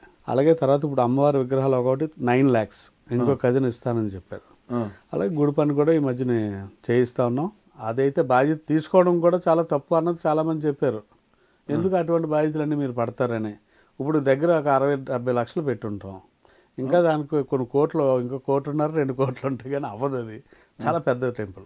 కానీ ఇక్కడ అదే చెప్తున్నారు, ప్రతి ఊర్లో గుడులకు అమ్మవారి పండుగలకు విరాళాల ప్రకటనలే కానీ ఎవ్వరికి 1 రూపాయి కూడా ఇవ్వడు. దేవుడు సొమ్ము తినే పాపాత్ముడు. అదే గ్రామాల్లో అడిగితే చెప్తారు. అతను ఎవరైనా ధైర్యంగా ఉండి, ఆ ధైర్యం ఉండి ఎస్కోట్ సెంటర్లోని ఈ మాటలు నా గురించి మాట్లాడితే రాజకీయాలు వదిలేస్తాను. అంతేనా? ఇంత ఘోరంగా ఈ పాపాత్ముడు నెలకోసారి తిరుపతి వెళ్ళి పాపాలను కడుక్కుంటుంటాడు. నాకు తెలిసి తిరుపతి నేను తీసుకెళ్ళినంత మందిని ఎవరు తీసుకెళ్ళి ఉంటారు. ఎందుకంటే ప్రతి నెల కాదు, నెలకొకసారి కాదు, నెలకు 2 సార్లు వెళ్ళిన రోజులు ఉన్నాయి కార్యకర్తలందరినీ. ఎందుకంటే నేను ఇన్ని సంవత్సరాల రాజకీయాలు నన్ను ఎవరు తీసుకెళ్ళలేదు తిరుపతి, ఏ నాయకుడును.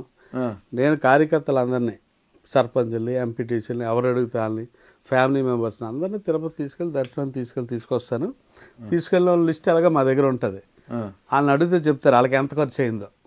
ఎందుకంటే వాళ్ళు తిరుపతి రావడం వరకు వాళ్ళది, ఆ రూమ్స్ కానీ దర్శనాలు కానీ ఈవెన్ ప్రసాదం కూడా నేనే కొనిస్తాను. నేను ఎమ్మెల్సీ అయిన తర్వాత నాకు తెలిసి తిరుపతికే దగ్గర 40-50 లక్షలు ఖర్చు అయిపోయి ఉంటుంది. అంత డబ్బు ఎక్కడి నుంచి వస్తుంది మీకు? అప్పుల లిస్ట్ చెప్పమంటారా? మేమైతే కట్టలేము. అలా కాదు, ఇప్పుడు ఆన్ చేస్తే ఎవరికైనా తప్ప చెప్తారు. అదే ఎంత అప్పుల్లో ఉన్నారు మీరు? అప్పులు అంటే సార్ పరిస్థితులు. నాలాంటి వాడికి ఎంతకాలం మీరు అప్పులు చేస్తారు? కట్టేది ఏమైనా ఉందా లేదా? ఆస్తి అమ్ముతున్నాం కదా. స్కూల్ మీద స్కూల్ పెట్టి ఎలక్షన్ చేద్దాం అనుకున్నాం కదా. స్కూల్ పెట్టి ఇప్పుడు 1.5 కోట్లు అప్పు తెస్తున్నాం, బాకీలు తీర్చారా. ఆ తీర్చి టైంలోని ఆ వెంకటేశ్వర స్వామికి ఒక 5 లక్షలు 10 లక్షలు పెట్టి గుడి పని కొంత చేస్తుంటాను. అంతే వాస్తవం. ఈరోజు రేపు వస్తాయి. అప్పుడు రఘురాజు గారిలో ఒక రౌడీ దాగి ఉన్నాడు అంటున్నారు. మీరు లేదు అంటే మీ గురించి నేను ఎంక్వైరీ చేసే క్రమంలో, సార్ ఆయన గురించి మాకెందుకు సార్, మా పేర్లు బయటకు వస్తే మమ్మల్ని ఇక్కడ బతకనివ్వరు సార్, చితకబాతారు సార్ మమ్మల్ని అని భయపడుతూ చెప్పారు చాలా మంది. నేను రఘురాజు గారు చాలా ఉత్తములు కదా, చాలా మంచి వ్యక్తి కదా ఆయన అంటే, అయ్యో లేదు సార్ ఆయన పెద్ద రౌడీ సార్, మేము విషయాలు చెప్పినట్లు మీరు పొరపాటున ఆయనకి చెప్తే మాపై దాడులు జరుగుతాయి సార్ ఇక్కడ అని భయపడుతున్నారు. మీలో ఏమన్నా ఒక రౌడీ దాగి ఉన్నాడా? ఇది బాగుంది వినడానికి. కాకపోతే నాగరాజు గారితో ఇంటర్వ్యూ అయితే చాలా ప్రమాదం. ఆ నాగరాజు గారు కాటేస్తే చాలా గట్టిగా కాటేస్తారు. కాకపోతే అందరూ నాగరాజు అంటే మామూలు నాగబాబు కింగ్ కోబ్రా లాగా అడుగుతున్నారు. మీరు కింగ్ కోబ్రా కొడితే మరి అడ్డు లేదు కదా, అలాగే అడుగుతున్నారు. కానీ ఎందుకంటే వాస్తవం అందరికీ తెలుసు. ఈ రోజుకి నా వల్ల ఒక్క దెబ్బతిన్న వాళ్ళు ఎవరైనా ఉన్నారని చూడమనండి, ఒక్క మనిషి. మరి ఎవరు రాశారు ఆ లెటర్ అయితే నేను ఎప్పుడు చూడలేదు. అయితే తెలియదు, ఆ లెటర్ నాకు ఎవరు పంపలేదు. అవునా? ఆ లెటర్ సంగతి నాకు తెలియదు. ఇప్పుడు మీరన్నారు నెల తిరుపతికి వెళ్ళి పాపాలు కడుక్కుంటాడు. ఈ పాపాలు ఎందుకు కడుక్కోవాలా? పాపాలు చేసిన కానీ ఇక్కడ అందరూ కడుక్కుంటున్నారా? చంద్రబాబు నాయుడు గారు వెళ్తే కడుక్కున్నారు, జగన్ గారు వెళ్తే కడుక్కున్నారా, మోడీ గారు వెళ్తే కడుక్కున్నారా? తప్పు కదా మాటలు. అంటే తప్పుడు మనుషులకి తప్పుడు ఆలోచనలు ఇలాగే ఉంటాయి. ఓకే, మీరన్నారు ఒక మాట, జగన్ గారు మళ్ళా ముఖ్యమంత్రి కావాలని మొక్కుని నేను పాదయాత్రగా తిరుమల వెళ్ళానని. కానీ వీళ్ళేమన్నారు కేవలం పబ్లిసిటీ కోసమే, గొప్పలు చెప్పుకోవడం కోసమే. ఎవరైనా రాష్ట్రంలో జగన్ గారి వల్ల ఎంతమంది పదవులు వచ్చాయి, ఎంతమంది బాగున్నారు, వాళ్ళు ఎవరైనా పోనీ పబ్లిసిటీయో లేకపోతే దేనికోసం వెళ్ళమనండి, ఎవరినైనా చూద్దాం. ప్రతి ఒక్కరు పాదయాత్ర చేసింది వాళ్ళ సొంతం కోసం చేశారు. తిరుమల పాదయాత్ర కోసం ఎవరి వద్ద ఎంత సొమ్ము దొబ్బాడో కూడా తెలియడం లేదు అంటున్నారు. మరి వాళ్ళు ఎంత ఇచ్చారు అడగండి. నిజంగా కొంతమంది ఎమ్మెల్యేలు ఉన్నాయండి, కొందరు మిత్రులు మాకు భోజనాల ఏర్పాట్లు, మాకు అకామిడేషన్ ఏర్పాట్లు బాగా సపోర్ట్ చేశారు. కొంతమంది మిత్రులు అందరూ నాకు కూడా దగ్గర 40 నుంచి 50-60 లక్షల మధ్యలో కరెక్ట్ లెక్క అయితే లేదు కానీ అయింది. ఎందుకంటే రోజు ఒక 5 వెహికల్స్ నాతో పాటు 21 మంది కంటిన్యూస్ నడిచారు. రోజు విలేజ్ నుంచి గ్రామాల నుంచి వచ్చేవారు జనాలందరూ. అలాగే జనం కూడా ఖర్చు పెట్టుకున్నారు. నేను ఆ రోజు విజయవాడలో పాదయాత్ర చేసినప్పుడు, రాజధానిలో పాదయాత్ర చేసినప్పుడు జనం లేకపోతే బాగోదని రాత్రి ఫోన్ చేస్తే 400 మంది కార్లో వేసుకొని వచ్చారు వాళ్ళ సొంత కుర్చీలతో, అభిమానంతో వచ్చారు. 400 మంది వచ్చి 2 లైన్లోని ఎక్కడ ఎయిర్పోర్ట్ దగ్గర నుంచి మన విజయవాడ క్లబ్ వరకు 23 కిలోమీటర్లు నడిస్తే ఒక పోలీసు ఆయన అడిగారు, బాబు ఎక్కడి నుంచి మిలిటరీ వల్ల నడిపిస్తున్నారు 2 లైన్లో రాజకీయ నాయకులని. అందరూ జెండాలు పట్టుకొని నడుస్తే హాస్టల్ నుంచి వచ్చిన డిసిప్లిన్ ఇది. మేబీ అయ్యి ఉండొచ్చు. నేను డిసిప్లిన్ గానే ఉంటాను, డబ్బు మీద ఆశ లేదు, అవునా? పదవి మీద హోదా ఆశ లేదు అంటే నేను భగవంతుని దేని మీద ఆశ ఉంది మీకు? అంటే దేని మీద ఆశ అంటే నాతో ఉన్న వాళ్ళు అందరూ బాగున్నారు ఫీలింగ్ మాత్రం ఉంటుంది. చాలా మంచివారు. అలాంటి మంచి వ్యక్తి గురించి సార్ ఆశ అంటే చెప్తాను. నేను ఎమ్మెల్సీ అయ్యాక కొత్త కారు కొనుక్కున్నాను. ఏ కారు? గ్లాస్టర్ కారు కొనుక్కున్నాను. అప్పుడు నా కారు ఉందనుకోండి, ఎమ్మెల్సీ అయ్యాను కదా, ఎప్పటి నుంచో పదవి కోసం ఎదురు చూస్తున్నాను. కొత్త కారు కొనుక్కున్నాక నా దగ్గర ఉన్న కార్యకర్తలు చాలా మంది పాత బళ్ళు మీద తిరుగుతుంటాయి. సుమారు 14 మందికో 18 మందికో అందరికీ మోటార్ సైకిల్ కొన్నాను. మోటార్ సైకిల్ ఈ రోజుకి జీతం వచ్చిన డబ్బులు నా కారు ఫైనాన్స్కి, వాళ్ళు మోటార్ సైకిల్ ఫైనాన్స్ మీద డబ్బు క్యాష్ ఇచ్చుకోలేదులేండి. కాకపోతే మొన్న 6 నెలలు మాత్రం ఇంట్లో డబ్బులు తెచ్చి అక్కడ డబ్బులు తెచ్చి ఫైనాన్స్ కట్టాల్సి వచ్చింది, జీతం రాలేదు కదా. సో వాళ్ళకి కూడా వెహికల్స్ కొని ఇవ్వడం జరిగింది. మీ జీతం ఎంత? 1,65,000 1,75,000 సార్. ఎన్ని బండ్లు కొన్నారు? దగ్గర 14 18.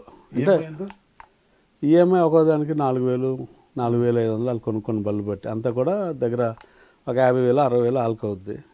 నా కారుకి నాకు అవుతుంది ఒక 20 లక్షల లోను, అందులోని ఇంకొక 29 లక్షలు లోనే, ఒక 20 లక్షలు గవర్నమెంట్ ఇచ్చింది వడ్డీ లేకుండా. అంతా కలిసి నాది ఒక 1,20,000. ఇది అన్ని కలిసి ఆ జీతం సరిపోతుంది. అందులో మన ఒక రూపాయి రాదు. ఇంకా మరి ఎన్నాళ్ళు ఉందో ఫైనాన్స్ చూడాలి, దగ్గరికి వచ్చి ఉంటుంది రండి. అందరూ తీర్చుకోండి, పాపం జీతం మిగులుతుంది. ఇంత వ్యక్తి మంచి వ్యక్తి పైన ఇలాంటి ఆరోపణ వేశారే. బొడ్డవర గ్రామ దేవతకు పండుగకు 1,00,000 ఇస్తారని 4 సార్లు తిప్పించుకొని రూపాయి కూడా ఇవ్వని మహాదాత గురించి బొడ్డవరలు ఎవరిని అడిగినా చెప్తారు. మరి రండి అయితే అడగడానికి. మీరు ఎందుకు ఇలాంటి కామెంట్స్ చేశారు? ఈర్ష్యాభావాలు ఉంటాయి సార్. ఆడికి చేత కాదు ఇంకోటి ఎదుగుతుంటే చూడలేరు. ఇదంతా ఏంటంటే ఒక టీం తయారు. ఇదే కాదు, ఇంకా చాలా చాలా అసభ్యకరమైన రాతలు రాసి పోస్టింగ్లు పెట్టి వాట్సాప్లో పెట్టడం ఇవన్నీ జరిగాయి. ఆయన మన గురించి మనకు తెలుసు, ప్రజలకు తెలుసు, ఎవరు నమ్మడుగా. ఇంత ఘోరంగా మీ పైన ఎందుకు అంత కక్ష? నా పైన కాదు, చాలా మంది మీద జరుగుతుంది ఇది. చాలా మంది. ఎవరు ఒక టీం ఉంది సపరేట్ గా? ఏముంటుంది సార్, ఇప్పుడు నాకైతే ఎవరైతే పడదో వాళ్ళు సోషల్ మీడియా అంతా యాక్టివ్గా ఉన్నారు కదా అందరూ. ఇప్పుడు ఈ రోజుకి కూడా వాళ్ళు రాసిన అన్నీ ఉన్నాయి, విత్ ప్రూఫ్స్ ఉన్నాయి. నాకు ఈ మధ్య ప్రభుత్వం మారిన తర్వాత అందరికీ యాక్షన్ అవుతుంది కదా, అందరిని లోపల వేస్తున్నారు కదా. నన్ను కూడా మా వాళ్ళు అన్నారు, రాజుగారు ఇవన్నీ తీసి వాళ్ళందరి మీద పెట్టండి అని. పోనీ వాళ్ళ గురించి మనకెందుకు.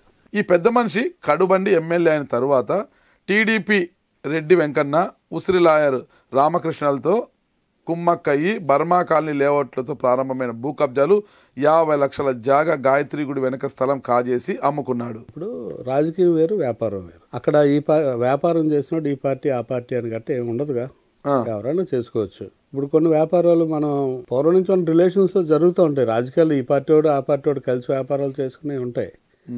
లేదా మన దగ్గరికి ఎవరన్నా సాయానికి వస్తే సాయం చేసింది ఉంటుంది. ఇప్పుడు అలాగే అవసరం వచ్చిందని నా దగ్గర సాయానికి వచ్చినప్పుడు అతని న్యాయం ఉంటే ఖచ్చితంగా సాయం చేస్తాం. సో అది కూడా మనకు వ్యాపారం అనుకుంటే అలాగా. అలాగే మీరు అన్నట్టు గాయత్రి గుడి దగ్గర ఏంటంటే అది ఎప్పటి నుంచో 40 సంవత్సరాలు 50 సంవత్సరాల నుంచి తగులు పడుతున్నారు.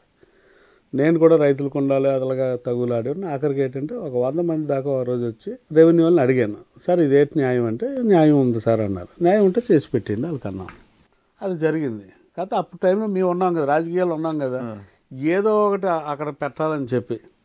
ఇందులోనే అందరికీ తెలుసు, ఏ దగ్గర బి దగ్గర సి దగ్గర డి అలా కొనుక్కున్న వాళ్ళు అందరూ కూడా ఎవరు నష్టపోకుండా ఉంటుంది, సాయం చేసి పెట్టండి అంటే రెవెన్యూ వాళ్ళని అడిగితే న్యాయంగా ఆల్దే సార్ అన్నారు. న్యాయం అయితే చేసి పెట్టండి అన్నాను. సో దాంట్లో అందరూ ఉన్నారు, ఒకళ్ళిద్దరు కాదు, ఒక 100 మంది పైన అందరూ రైతులు అవునండి. మీ వల్ల న్యాయం జరిగింది, అందరికీ న్యాయం జరిగిందని నేను అనుకుంటున్నాను. న్యాయం జరిగింది మీరు అనుకుంటే కదా అందరూ అనుకోవాలి. ఇప్పుడు అన్యాయం జరిగిందని ఒకటి అనలేదు కదా, న్యాయం జరిగింది. ఎలా ఉంటుందంటే ఉపకారం ఎవరికైనా చేస్తే వాళ్ళేం చెప్పుకోరు, కానీ ఎవరికైనా పోనీ అతనికి అన్యాయం జరిగిందా రాసినోడికి. మరి ఎందుకు ఇంత రాశాడు ఈయన? ఎమ్మెల్సీ అయిన తర్వాత అన్ని మండలాల రియల్ ఎస్టేట్ ఓనర్లు బ్రోకర్లకు కబురు పెట్టి కలెక్షన్ మొదలుపెట్టిన తర్వాత తహసీల్దార్ల వద్ద పైరవీలు సాగక ఎమ్మెల్యేతో విభేదాలు మొదలయ్యాయి. నాకు ఎమ్మెల్యేతో విభేదం వస్తుంది. ఇప్పుడు ఫైనాన్షియల్ ఇష్యూ వచ్చినప్పుడు వస్తుంది. నేను తిన్నా ఎవరిని తిన్నావును, నేను తిన్నా ఎవరిని తిన్నావును. మీరు ఎమ్మెల్సీ ఆయన ఎమ్మెల్యే కదా సార్. ఏదైనా వ్యవహారం చేసుకొని బయట చేసుకోవాలా. ఈ రియల్ ఎస్టేట్ వ్యాపారాలు ఈ రోజు నా దగ్గర 100 వస్తాయి. నేను చేయను, ఏదిని నేను చేయను. న్యాయం ఉంటే సాయం చేయాలి. 2019లో కరుబండ శ్రీనివాస్ గారికి విజయానికి కృషి చేసిన మీరు 2024లో ఆయన అభ్యర్థిత్వాన్ని ఎందుకు తప్పుపట్టారు? అంటే ఆయన ఏదైతే మేము అనుకున్నామో ఆ లైన్లో లేకుండా కార్యకర్తలను విస్మరిస్తూ మీరు అనుకుంటున్న పనులకు అన్నిటికి సహకరిస్తూ రియల్ ఎస్టేట్లు, ఎంఆర్ఓలు, ట్రాన్స్ఫర్లు ఎక్కడా లేని విధంగా మా నియోజకవర్గంలో ఎంఆర్ఓలు ట్రాన్స్ఫర్లు అయిపోయారు. ఎమ్మెల్సీ చేస్తూ అవుతారు, ఎమ్మెల్యే చేస్తూ అవుతారు. మరి ఇంకేమైతే ఎంతమంది ఒక ఇద్దరు ఎంఆర్ఓలు అయితే సస్పెండ్ అయ్యారు కూడా. ఎవరి వల్ల అవుతారు వాళ్ళు? ఎమ్మెల్యే వాళ్ళని. మరి ఇంకేమి ఎమ్మెల్యే వాళ్ళైనా వాళ్ళు తప్పు చేసి ఉంటే అవుతారు, అంతే కదా. ఇప్పుడు ఆ లైన్ ఆలోచించేది రియల్ ఎస్టేట్ వ్యాపారం ఉంటుంది. నేను ఎందుకు ఈరోజు మీకు చెప్తున్నాను, ఫోన్ చేస్తాను ఎంతంత బాక్యాలు ఉన్నాయి అడగండి అని. అవన్నీ కిట్టగా ఎవరో చెప్తుంటారు, అవన్నీ పట్టించుకోను కూడా నేను. ఎందుకంటే నేనేటో నాకు తెలుసు, నేనేటో ప్రజలకు తెలుసు. ఈరోజు అందులో జందాల గురించి ఏమైనా రాశారా? వస్తా కొద్దిసేపు ఉండండి, పట్టండి, చెప్తాను. ఇప్పుడు కడుబండ శ్రీనివాస్ గారితో మీకున్న అనుబంధం ఎలాంటిది? ఇప్పుడు నేను యాజ్ ఏ ఫ్రెండ్గా ఆయన అభిమానిస్తాను. ఈ రోజుకి మొన్న ఈ మధ్యన ఫోన్ చేస్తుంటే ఎత్తట్లేదు. ఎలక్షన్ అయిపోయి కూడా 1-2 సార్లు కలుసుకున్నాం, పలకరించుకున్నాం. మొన్న ఎందుకో గుర్తొచ్చి ఫోన్ చేశాను, అలా ఉన్నారు అడుగుదాను. నేనైతే ఫోన్ ఎత్తలేదు. నాకు ఫ్రెండ్ అంటే ఫ్రెండ్, అందులో ఎప్పుడు తేడా. శత్రువుని కూడా ఎప్పుడు శత్రువులా చూడలేదు సార్, అందుకే నేను మాట్లాడుతున్నా వాళ్ళకి. లేఖ వెనకల కడుబండ శ్రీనివాస్ గారి హస్తం ఉందని మీరు భావిస్తున్నారా? ఆయన ఉన్నారో లేదు, ఎవరో. ఇప్పుడు కొంతమంది ఏంటంటే ఈర్షా భావాలు ఉంటాయి, ఎదుటోటి ఎదిగిపోతున్నాడు, ఇది క్యాస్ట్ లేదు, క్యాస్ట్ లేదు, ఈ ఎదిగిపోతున్నాడు. రాజులు కదండి, క్షత్రియులు అయితే ఉండాలని అందరు సార్. క్యాస్ట్ ఉంది, క్యాష్ ఎందుకు లేదు? అప్పులు చేస్తున్నారు, ఆస్తులు అమ్ముతున్నారు. మరి క్యాష్ లేకుండా ప్రాపర్టీస్ లిక్విడ్ క్యాష్ లేకపోవచ్చు, వెనకాల ఉన్నాయి కదా ఆస్తులు. ఎన్నాళ్ళు ఉంటాయి? క్యాష్ ఉంది, క్యాష్ ఉంది, రెండు ఉన్నాయి. క్యాస్ట్ ఎక్కడ ఉంది? క్షత్రియులు అండి, రాజులు, రాజ్యాలు ఏళ్ళు. మీరు ఇప్పుడు అదే తప్పు వచ్చింది. అదే నేను బీసీ అయ్యి ఉంటే ఈ పాట రాష్ట్ర స్థాయిలో నాయకుడిగా ఉంది. నా బీసీ, నా ఎస్సీ, నా ఎస్టీ, నా మైనార్టీ అని మీ నాయకుడు అనేవాడు కదా. నేను కూడా బీసీ అయ్యి ఉంటే, ఎందుకంటే ఆ మాట రాజశేఖర రెడ్డి గారు అందరూ కూడా నేను ఒక రెడ్డిని అయ్యి ఉంటే అంటారు, నేను ఒక కమ్మని అయ్యి ఉంటే అంటారు. మీరేం నేను ఒక బీసీ అంటారు. మీరు అలా కాదు. రాజశేఖర రెడ్డి గారు కూడా 2009లో అన్నారు. సత్యబాబు గారు నేను ఆయన ఢిల్లీలో కలిస్తే Satyababu Raghu leader caste minus అన్నారు. ఈవెన్ జగన్ గారు కూడా కడుబండి శ్రీనివాస్ తోటి అదే మాట్లాడినారట నాకు చెప్పారు ఆయన. జగన్ గారు అన్నారు sir Raghu leader caste minus అని. క్యాస్ట్ ఇబ్బంది పెడుతుంది ఇప్పుడు సార్. క్యాస్ట్ ఇబ్బంది పెడుతుందో ముందుకు తీసుకెళ్తుందో ఏదైనా మనం చేసిన పనులు బట్టి ఉంటుంది. మీరు అంటూ ఉన్నారు ఎంతమంది మా వెనకాల ఎందుకు ఉంటారు? మీకు వచ్చిన మీ లవ్ లెటర్ ఉంది కదా. నా లవ్ లెటర్ కాదు, మీపై ప్రేమతో రాసిన ప్రేమ లేఖ, నా ప్రేమ లేఖ. ఎవరు రాశారో లేకపోతే మీరు రాయించుకున్నారు? నేను ఎందుకు మీరే తయారు చేశారు ఆ లవ్ లెటర్? అబ్బా, నాకు మరీ అంత ప్రేమ లేదు మీ మీద. నేను మిమ్మల్ని ప్రేమించడానికి నాకు అంత ప్రేమ లేదు. ఓకేనా? మీ పైన ఎవరో మిమ్మల్ని ప్రేమించే వాళ్ళు రాసినారు. ఒకటి రాశారు ఇక్కడ, గ్యాస్ ఏజెన్సీలో గొడవలు పెట్టి అడ్డంకులు సృష్టించి బ్లాక్మెయిల్ చేసి రూపాయి పెట్టుబడి లేకుండా మీ ఫ్రెండ్ మద్ది కృష్ణ 40% వాటా, మీరు ఆయన మద్ది కృష్ణ 40% వాటా రాయించుకుని ఇప్పుడు నెలకు అప్పనంగా 4 లక్షల రూపాయలు కాజేస్తున్నారు అని ఉంది దీనిలో. మీరు అన్న దాంట్లో వాస్తవం కొంత ఉంది. ఆ వాస్తవం ఏంటి? అదేంటంటే అది ఎస్టీ పేరున ఉంటుంది.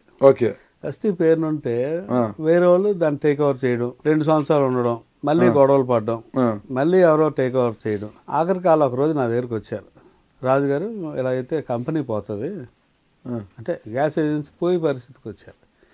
సో ఇలా పోతుంది మీరు కొంచెం చూడండి అంటే నాకు చెప్పాను, నాకు వ్యవహారం రాదమ్మా, నేను చేయలేను అంటే వాళ్ళు ఏం చేశారంటే డిస్కషన్ చేసి మీకు ఎంత డబ్బు ఇస్తున్నారు, నెలకు 25,000 30,000 ఇస్తున్నారు.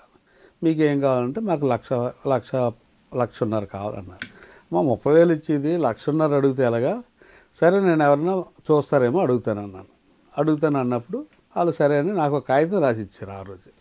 అంటే ఒక లీజ్ లాగా రాసిచ్చి 7 ఇయర్స్కి వాళ్ళకి ఎంతో నెలకి ఎంత డబ్బు, నెలకి 1,30,000 ఎంతో ఆ రోజు అన్నారు. వాళ్ళ కొడుకులు 2 అందులో పెట్టుకోమన్నారు. సరే అని ఎవరికి అప్పు చెప్తాను వాళ్ళకని. నేను అలాగే చేయలేను, నాకు వ్యవహారం నాకు రాదు. సో అప్పుడు తెలిసిన వాళ్ళు ఉంటే మీరు అన్నట్టు ఆ కృష్ణ ఇంకొకైనా ఎంఎస్ఎన్ గ్యాస్ అని ముందు అతనే చూసేవారు.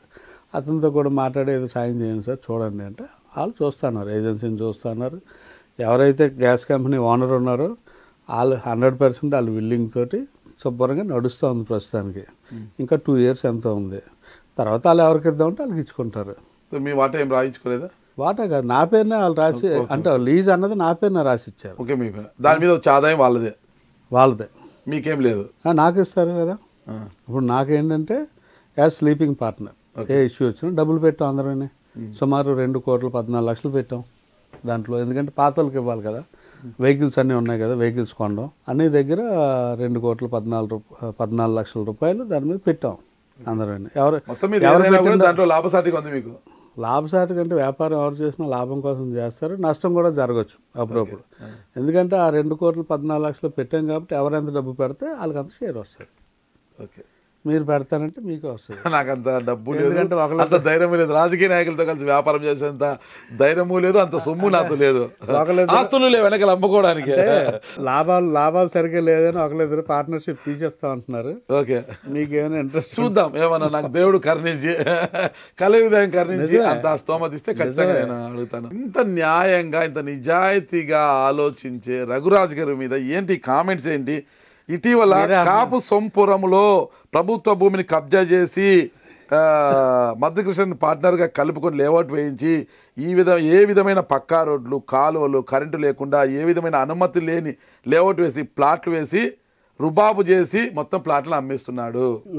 దీని మీద కూడా మీరు ఫోన్ చేయండి. అయితే అక్కడ విఆర్ఓ సెక్రటరీ ఉంటారు కదా, చేస్తే ఏం చెప్తారంటే దాని గురించి, కాపు సోమపురంలో అది ఒకప్పుడు మాదే, ఊరు మీదే, ఊరు కాదు, ఆ సైట్ మాదే, మా అక్కకి ఇచ్చాం. మా అక్క వేరే వాళ్ళకి అమ్మేశారు, వేరే వాళ్ళు కమ్మేశారు. అమ్మేస్తే దానికి ఒక కాంపౌండ్ వాళ్ళు వ్యవహారం, రోడ్డు వేశారు, కాంపౌండ్ వాళ్ళు కట్టారు, అన్ని కట్టారు. కట్టిన తర్వాత మధ్యకృష్ణ అన్నయ్యకి అందులో సంబంధం లేదు. కడితే నేను కంప్లైంట్ చేసి కాంపౌండ్ వాళ్ళు గవర్నమెంట్ స్థలంలో కాంపౌండ్ వాళ్ళు ఉందని చెప్పి కాంపౌండ్ వాళ్ళు తీయించాను నేను. అన్యాయంగా లేఅవుటెడ్ గవర్నమెంట్ స్థలాన్ని కూడా కలిపి కాంపౌండ్ వాళ్ళు కట్టాడని కాంపౌండ్ వాళ్ళు నేను సెక్రటరీ విఆర్ఓలతో ఫైట్ చేసి తగువాడి 6 నెలల కాంపౌండ్ వాళ్ళు తీయించాను ఈ మధ్యన. కాబట్టి మీకు ఫొటోస్ వీడియోస్ ఉంటాయి.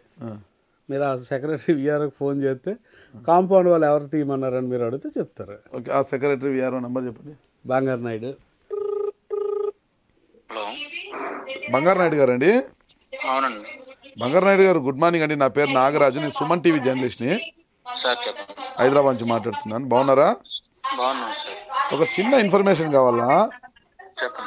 ఈ కాపు సంపురం ఉంది కదా, కాపు సంపురంలో అక్కడ ఒక కాంపౌండ్ ఉండింది కదా, కాంపౌండ్ కట్టారు కదా, కాంపౌండ్ ను తీయించింది ఎవరు? ఎంఆర్ఓ గారా? ఎవరు ఇన్ఫ్లుయెన్స్ చేశారు? ఎంఆర్ఓ గారు కంప్లైంట్ ఇచ్చారండి, అంతే. ఎంఆర్ఓ గారు తీయించారండి. నేను ఆల్రెడీ అక్కడ ట్రాన్స్ఫర్ అయిపోయింది, 4 నెలలు అయిపోయింది అక్కడ. దాంట్లో ఎమ్మెల్సీ గారి పాత్ర ఏమైనా ఉందా రఘురాజ్ గారిది? తెలియదు సార్, మనకి ఏం తెలీదా? తెలియదు సార్. ఓకే అండి, థ్యాంక్ యూ. పాప ఆయనకి తెలియదంట, వాస్తవాలు తెలిసిన వాళ్ళు ఈ లేఖ రాశారు. ఇది చూడండి, జేసీబీ పంపించింది నేను, బంగానాయుడు సెక్రటరీ, అదిగా మిషన్ తీస్తున్నది. ఇక ఈ నెంబర్ పెట్టింది నేనే, మిషన్ పంపించింది నేనే గోడ తీయడానికి. మీరు మిషన్ పంపించినట్లు ప్రూఫ్ ఏంటి? అదిగా నెంబర్ పెట్టింది నేనే కదా, డ్రైవర్ నెంబర్ మిషన్ పంపించాను, డ్రైవర్ నెంబర్ అతనికి పెట్టాను. ఓకే, దొరబాబు జేసీబీ విఆర్పేట, డబ్బు నేను పెట్టాను మిషన్కి. మరి ఇంత చేస్తే నాయుడు, బంగారు నాయుడు గారు నాకేమో తెలియదని ఎలా చెప్తున్నారు? నేను మీరు ప్రసాదించారు వాళ్ళ భయం ఎందుకు భయం చెప్తారు. రాజకీయ నాయకులు అంటే భయపడతారు తప్పిందండి.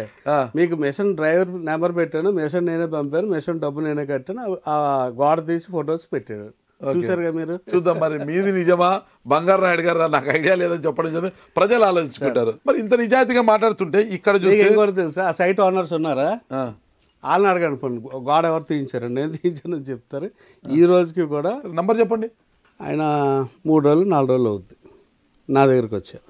వచ్చి రాజుగారు అంటే మండల హౌస్కి వచ్చారు, సీక్రెట్గా మాట్లాడాలండి అంటే, సీక్రెట్ లేదు ఇక్కడ మాట్లాడండి అంటే ఆయన సమస్య చెప్పుకుంటూ వచ్చి అలా కాదు రాజుగారు చేయి పట్టుకొని ఆయన కారులోకి తీసుకెళ్ళి కూర్చోబెట్టి ఆ ప్లాన్ తీసాడు, ఇదండి అదండి అన్నాడు. సార్ నాకు ఈ తావు ఇప్పిస్తే మీకు ఇదిగో ఈ బిట్టు మన ఇద్దరి పేరుని ఉంచుతాను, జాయింట్ వెంచర్ ఉంచుతాను, నాకు సాయం చేయండి అంటే, నాకు అవన్నీ కాదు, మీరు ఇంకా మిగిలిన వాళ్ళతో ఏదో డిస్ప్యూట్ ఉండాలి, ఇతనికి వాళ్ళు డబ్బు అప్పు తీసుకొని అంటారు, తీసుకొని ఇతనికి భూ రిజిస్టర్ చేశారు, మీరు ఆ తగు తీసుకొని రండి అప్పుడు మాట్లాడతాను నేను అని చెప్పాను. లేదా మీరు అడుగుతానంటే అడగండి, నా ముచ్చానాయుడు గారిని. ముత్తానాయుడు గారు నమస్తే అండి. నా పేరు నాగరాజు, నేను సుమన్ టీవీ జర్నలిస్ట్ అండి, హైదరాబాద్ నుంచి మాట్లాడుతున్నా. చెప్పండి సార్. ఈ కాపు సంపురంలో ఒక ల్యాండ్ ఇష్యూ ఉండింది కదా, దానికి కాంపౌండ్ కట్టేసినారు. అవును సార్. ఏంటంటే అది ఇష్యూ ఏంటి? ఆ కాంపౌండ్ ఎవరు తీయించారు? కాంపౌండ్ రెవెన్యూ డిపార్ట్మెంట్ తీశారు సార్. రెవెన్యూ డిపార్ట్మెంట్ వాళ్ళు. ఎవరు తీయించామని చెప్పారు? రెవెన్యూ డిపార్ట్మెంట్ ఎవరు తీయించని చెప్పడం ఏంటి?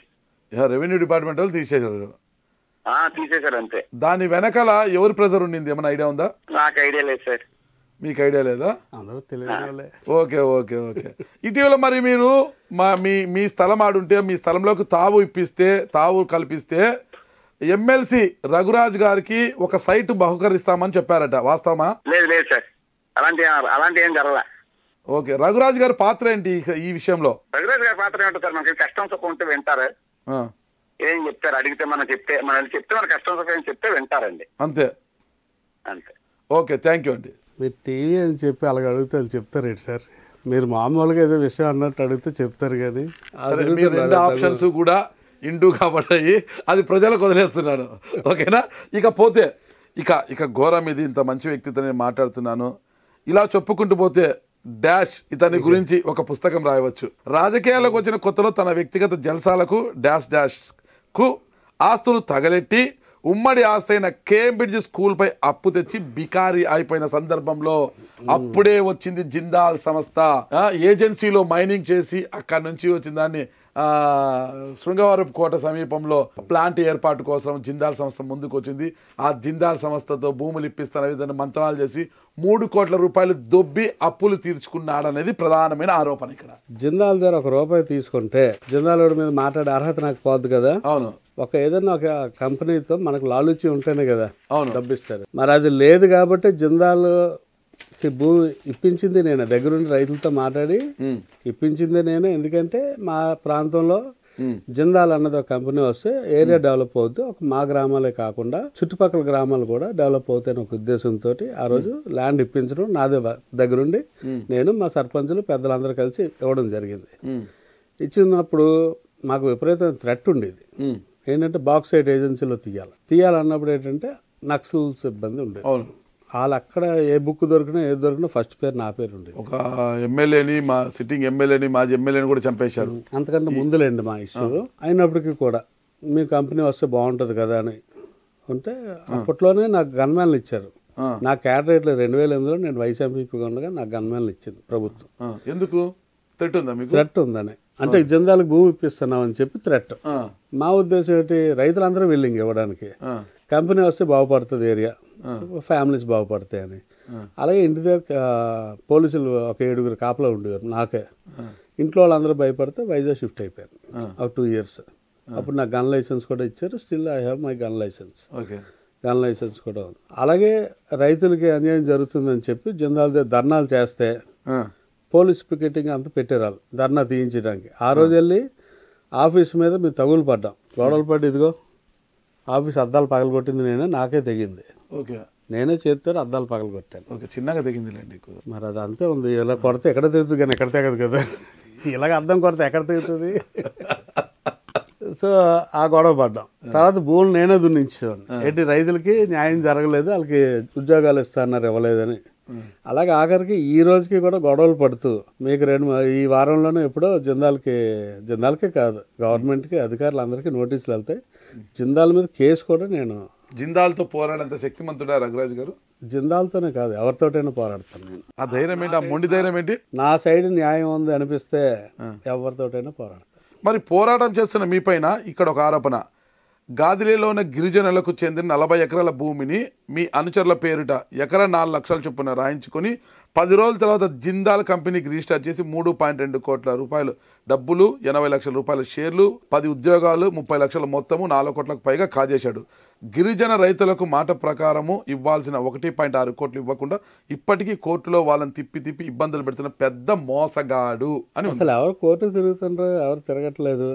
రెండోది అంతా వాస్తవం అయితే సార్, వాళ్ళందరి కోసమే పోరాటం చేస్తున్నాం, రైతుల కోసం. మేము ఏదైతే షేర్స్ ఇస్తా అన్నదో కంపెనీ షేర్స్ ఇవ్వకుండా అన్యాయంగా వాళ్ళకి ఆ రోజు జిరాయితీ భూమికి 6 లక్షలు 2 లక్షల షేర్స్, గవర్నమెంట్ ల్యాండ్ అసైన్ ల్యాండ్స్కి 2 లక్షల రూపాయలు క్యాష్, 2 లక్షల రూపాయలు షేర్స్ అన్నారు.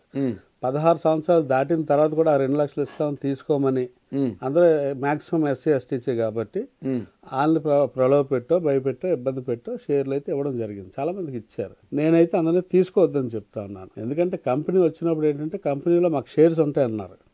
షేర్స్ ఉంటే ఈరోజు షేర్ వాల్యూ ఎంత ఉంటుంది?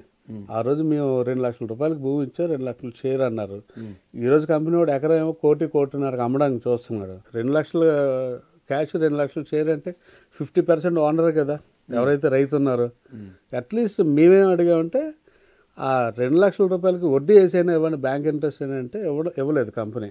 సో అందుకు కంపెనీ మీదకి నేను కేసుకి వెళ్తున్నాను. అంటే మీకు కంపెనీలో నేను అంటే కంపెనీలో కొంతమందికి ఉద్యోగాలు ఇప్పిస్తారని మీరు డబ్బులు వసూలు చేశారు.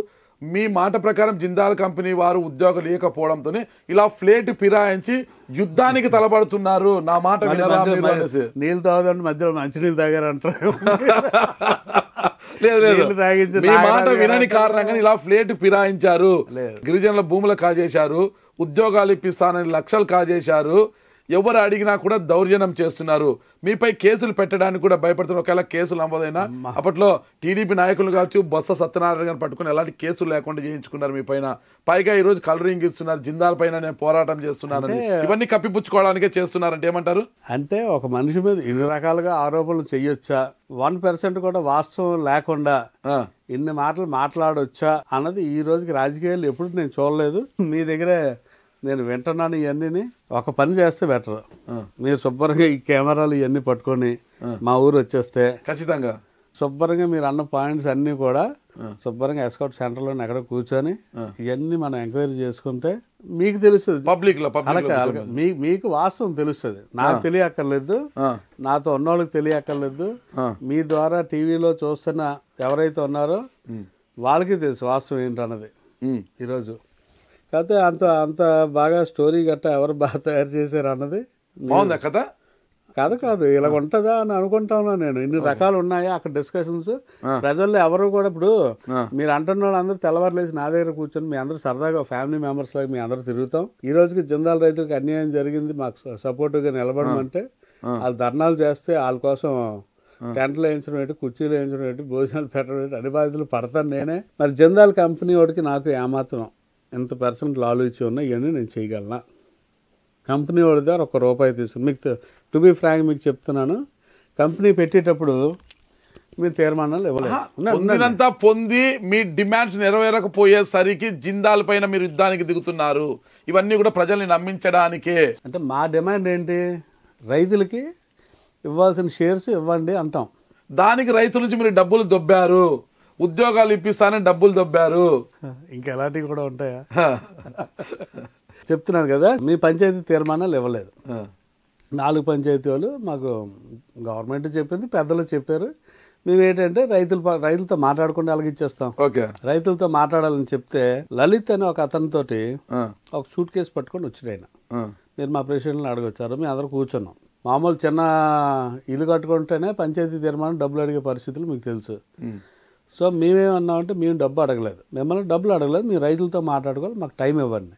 ఎవరైతే లలిత్ అన్న అతను మా దగ్గరికి డబ్బు పట్టుకొచ్చాడో అతను ఈ కంపెనీ నుంచి ముందు తీయండి అని అప్పుడు వాచస్పతి గారు అని ఒక పెద్ద ఆయన వచ్చారు, వాచస్పతి పంతులు గారు, ఆయనతో చెప్పడం జరిగింది.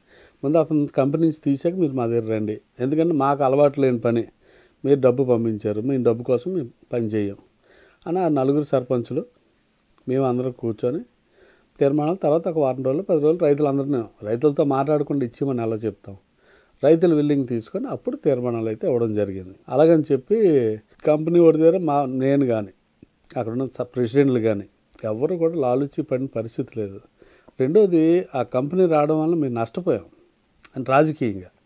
ఎందుకంటే ఇప్పుడు మీరు అనుకుంటున్నారు కదా, ఇలా కొంతమందికి అపోహలు ఉండడం, లేకపోతే ఇది క్రియేట్ చేసిన వాళ్ళు ఉంటారు, ప్రతిపక్షం వాళ్ళు అవనండి, లేకపోతే మాతో పడిన వాళ్ళు అవనండి, ఇలా కంపెనీ వచ్చేసింది, ఇన్ని డబ్బులు వచ్చేసాయి, ఎంత వచ్చేసింది, ఈయనంత బాగుపడిపోయారు అన్నది ప్రచారాలు అయ్యి 1987లో మా చిన్నాన్నగారు ఫస్ట్ ఎంపీపీ అయితే 80% ఆఫ్ ఓట్స్ మా 4 పంచాయతీలు అన్నాం కదా అక్కడ వచ్చి, తర్వాత ఈ కంపెనీ వాడు ఎప్పుడైతే వచ్చాడో అప్పుడు మాకు ఓట్ పర్సెంటేజ్ కూడా మా మీద అనుమానాలు పెరిగిపోయి, కంపెనీ వచ్చేస్తుంది వీళ్ళకి ఏదో ఇచ్చారు, వీళ్ళేదో పెద్దవాళ్ళు అయిపోతున్నారు అన్న ఒక ఫీలింగ్ అయితే అందరికీ రావడం, దాని నుంచి మేము పొలిటికల్గా కూడా నష్టపోయాం. మేము పొలిటికల్గా మా 4 పంచాయతీలో మా పార్టీ అంటే నాతో ఉన్న అందరూ కూడా రాజకీయంగా కొంత గ్యాప్స్ పెరిగిపోయి అందరికీ, లేకపోతే బాగా సపోర్ట్ చేసేవారు. 4 పంచాయతీలు కూడా ఒక మాట మీద 70-80% ఓట్లు నేను జడ్పీటీసీగా నిలిచినప్పుడు కూడా వేశారు నాకు. ఎప్పుడైతే ఈ కంపెనీ వచ్చిందో రాజకీయంగా కూడా మాకు నష్టం జరిగింది, టు బి ఫ్రాంక్. లేకపోతే ఈ కంపెనీ అన్నది రాకపోతే రైతులు బాగుండేవారు, ఇటువంటి అపోహలు ఉండవు, అందరూ బ్రహ్మాండంగా ఉండేవారు. కాకపోతే కంపెనీ వచ్చి భూములు పోయిన రైతులు మాత్రం నిజంగా అన్యాయంగా. ఈ ప్రేమలోకంలో ఉన్న ప్రేమ అంతా కూడా ఉత్త బూటకమే అంటారు, నిజమైన ప్రేమ కాదు అది. మీరు అడిగిన ప్రతి దాంట్లోని కూడా ఒక పాయింట్ ఉంటుంది. ఆ పాయింట్స్ అన్నీ అయితే ఉన్నాయి, కాకపోతే ఆడ రాసింది అయితే తప్పు. ఆ పాయింట్స్ అన్నట్ల మీద మనం ఎంక్వైరీ చేయొచ్చు. మీరు జిందాల్ కంపెనీ జిందాల్ కంపెనీ అన్నారు, తర్వాత సోంపురం అన్నారు, తర్వాత గ్యాస్ అన్నారు, తర్వాత ఇంకా వేరు వేరు ఏంటంటే చెప్పారు కదా. కాకపోతే మీకు వచ్చిన ఇన్ఫర్మేషన్ వేరు, అక్కడ జరిగింది వేరు. వాళ్ళందరికీ ఏంటంటే ఒక ఈర్షాభావం, ఈయన వెనకాతలు ఎందుకు ఇలా తిరగాలని. ఇదిగో మొన్న ఎవరో చెప్తా ఉన్నారు, మీరు పెట్టిన ఫ్లెక్సీలు మీ నాయకులు చూడలేదా అని. ఏమంటే ఎవరు చూసినా కింద నుంచి పై వరకు కాలిపోద్ది. ఏంటి మొత్తం నాకు ఎమ్మెల్సీ నేను గెలిచిన తర్వాత సినిమా పేర్లు పెట్టేసి అన్ని పోస్టులు పెట్టారు నాకు. సో ఏంటంటే ఈర్షాభావం ఉన్న వాళ్ళు చాలామంది ఉంటారు మా మీద. నేను ఎప్పుడు కూడా అదే అనుకుంటాను, మీకు ఉత్తరం రాశారు కదా, అందులో వాస్తవం ఎంతో అవాస్తవం ఎంతో రాసినోడికి తెలుసు. నేనేమనుకుంటానంటే పోనీ పాపం ఆడ బాధలుగా ఉంది, ఆడ ఈర్ష ఏడుపు లోపల అక్కసు ఉంటుంది, ఆడ నాయకుడు అయిపోదు అనుకుంటాడు, అవ్వలేడు. జనం వాళ్ళ వెనకాల తిరగాలనుకుంటారు, వాళ్ళ వెనకాల తిరగరు. మాతో జనం తిరుగుతారు, మేము జనం పట్ల ఉన్నాం, జనం కోసం మేము మాట్లాడుతున్నాం, జనం కోసం మేము ఫైట్ చేస్తాం. మీరు చెప్పారు కదా జిందాల్తో పోటీ మీరు పోరాట శక్తి అనేసి, అంటే అందులో కూడా ఒక మాట చెప్తున్నా సార్. మీరు జిందాల్తో తగు పడుతున్నారు కదా, సాయంత్రం నాకు ఆపరేషన్ అయ్యాక వాకింగ్కి వెళ్తుంటాను. అప్పుడు సాయంత్రం పూట వారానికి ఒక రోజు 2 రోజులు ఖాళీ అయితే మీరు ఈ రోడ్డు మీద వెళ్ళడం మంచిది కాదు నాకు సలహా చెప్పారు. ఎందుకు మీరు అన్నారు జిందాల్తో మీరు యుద్ధానికి వాళ్ళ వెర్షన్ మీ భద్రతకు. నాకు మధ్యలోని రెగ్యులర్గా ఉన్న గన్మ్యాన్లు కాకుండా అప్పుడప్పుడు సెలవు పెడితే వేరే వాళ్ళు వస్తారు కదా, గన్మ్యాన్లతో ప్రమాదం అని. గన్మ్యాన్లతో ప్రమాదం కాదు, ఆ గన్మ్యాన్లో భయపడిపోయిన పరిస్థితి. సార్ వద్దు సార్ ఈ రోడ్డు, మీరు అసలే వాళ్ళతో తగు పడుతున్నారని. ఇందిరాగాంధీ గారు కావచ్చు, పరిటాల రవీంద్ర గారు కావచ్చు, గన్మ్యాన్లతోనే కదా పాపం ఇబ్బంది పడ్డారు. వీళ్ళు భయం, వీళ్ళు నా మీద అభిమానం కొద్ది చెప్పిన వాళ్ళు, సార్ ఎందుకు సార్ ఈ రోడ్డు వద్దు, తోటలో పొలంలోకి నడిచి వెళ్ళిపోదాం అని మనల్ని ఎవరేం చేస్తారు అంటే. నేను మాకు అప్పుడు జిందాల్ ఇష్యూ అప్పుడు నక్సల్స్ ఇబ్బంది ఉందంటే నన్ను ఏం చేయరు సార్. ఈరోజు మీరు అన్నట్టు అందులో ఏమాత్రం న్యాయం ఉన్నా అన్నలు ఎప్పుడూ నన్ను తీసుకెళ్ళిపోదురు. అన్నాలు మీపై కరుణ చూపుతున్నారు. ఖచ్చితంగా నేను ఒకటే చెప్పాను ఆ రోజు, పోలీస్కైనా అదే చెప్పాను, సార్ నాకు వద్దు గన్మ్యాన్లు గట్ట, ఎందుకంటే నన్ను ఏమీ చేయరు సార్. ఇన్ని సంవత్సరాలు అక్కడ ఉన్న ఏజెన్సీ బార్డర్, మా ఇల్లు దాటితే ఏజెన్సీ అనంతగిరి ఏరియా. ఒకవేళ అన్నలుగా ఉండేటట్టు అయితే అక్కడే ఉంటారు ఆ ఏరియాలోనే. నన్ను ఎప్పుడో తీసుకెళ్ళిపోను. మీకు ఇంకోటి కూడా, జిందాల్ అయినప్పుడు నాతో మాట్లాడలేదు కానీ మిగిలిన ప్రెసిడెంట్ల దగ్గరికి అందరి దగ్గరికి వెళ్ళి వాళ్ళు నిజమైన వాళ్ళో కారణాలో తెలియదు, వాళ్ళైతే మాట్లాడారు, ఎందుకు ఇవన్నీ చేస్తున్నారు వద్దని చెప్పండి రాజు గారికి అన్నీ అని చెప్పడం జరిగింది. 2019లోని మరి అతను నిజమో అబద్ధమో తెలియదు కానీ అతను సార్ మేము ఇందులో తిరిగి వాళ్ళం సార్, అప్పుడు మీ ఇంటికి వచ్చాం సార్, రెక్కి చేసాం సార్ అని చెప్పారు. మరి అతను నిజం అబద్ధం తెలియదు మనకి, అతను చెప్తే మనం ఎండం తప్పించి. సో ఇటువంటి ఇది ఏదున్నా ఎప్పుడో నన్ను అన్నలు తీసుకొని సినిమా చూపించేసిపోను నన్ను. ఎందుకంటే సార్ బార్డర్లో ఉంటాను, ఊరికి 1 కిలోమీటర్ దూరంలో ఉంటాను, మా సింగిల్ హౌస్, ఒక మనిషి వచ్చినా నన్ను తీసుకెళ్ళిపోవచ్చు, ఎవరు ఉండరు. అంత ఈజీగా అయితే లేరు, బలంగానే ఉన్నారు. ఒక మనిషి ఎలా తీసుకెళ్తారు, బలంగానే ఉన్నారు. ఈ బలం కంటే ఈ బలం ఎక్కువ, గుండె బలం ఎక్కువ, ఈ బలం కూడా ఎక్కువ. బుద్ధి బలం, గుండె బలం. బుద్ధి బలం కాదు, కమిట్మెంట్. లేకపోతే ఎంతమందితో ఫైట్ చేయలేను కదా. ఈరోజు జిందాల్తో ఫైట్ చేస్తున్నానంటే గతంలో ప్రభుత్వంకి వ్యతిరేకంగా ఉన్నట్టే, ఆఫ్ ది రికార్డ్. ఇప్పుడు కూడా ప్రభుత్వం ఒక ఎంఎస్ఎంఈ పార్క్ అయితే తెద్దామని పాజిటివ్గా ఉంటుంది. గవర్నమెంట్ ఎంఎస్ఎంఈ పార్క్ అక్కడ వస్తుంది, మేము రైతుల కోసం న్యాయం చేయని అంటాను. ప్రతి మీటింగ్లో మాట్లాడతాను నేను. డిఆర్సీ మీటింగ్లో జిందాల్ గురించి మాట్లాడాను, మన 4 జిల్లాల కలెక్టర్ మీటింగ్లో నేను మాట్లాడాను, జిందాల్కి భూమికి సంబంధం లేదని మాట్లాడుతున్నాను, మేము న్యాయ పోరాటానికి వెళ్తున్నాను డైరెక్ట్గా చెప్తున్నాను. సరే, మీ పోరాటము ఏ ఫలితాలను తీసుకొస్తుందో చూసాం. ఫైనల్ కూడా చాలా విషయాలు ఉన్నాయి, అవన్నీ నేను అడగలేను. కానీ శివాజీ మాస్టర్ మరియు వారి పార్ట్నర్స్కి చెందాల్సిన గీతాంజలి కాలేజ్ జాగా కూడా అమ్మేసుకున్నాడు. శివాజీ మాస్టర్ ఎవరు మీరు చెప్పాలా? మా బావగారు, మా మేనత్త కొడుకు, మా అక్క భర్త. వాళ్ళకి చెందాల్సిన అందరిది, మా అందరిది.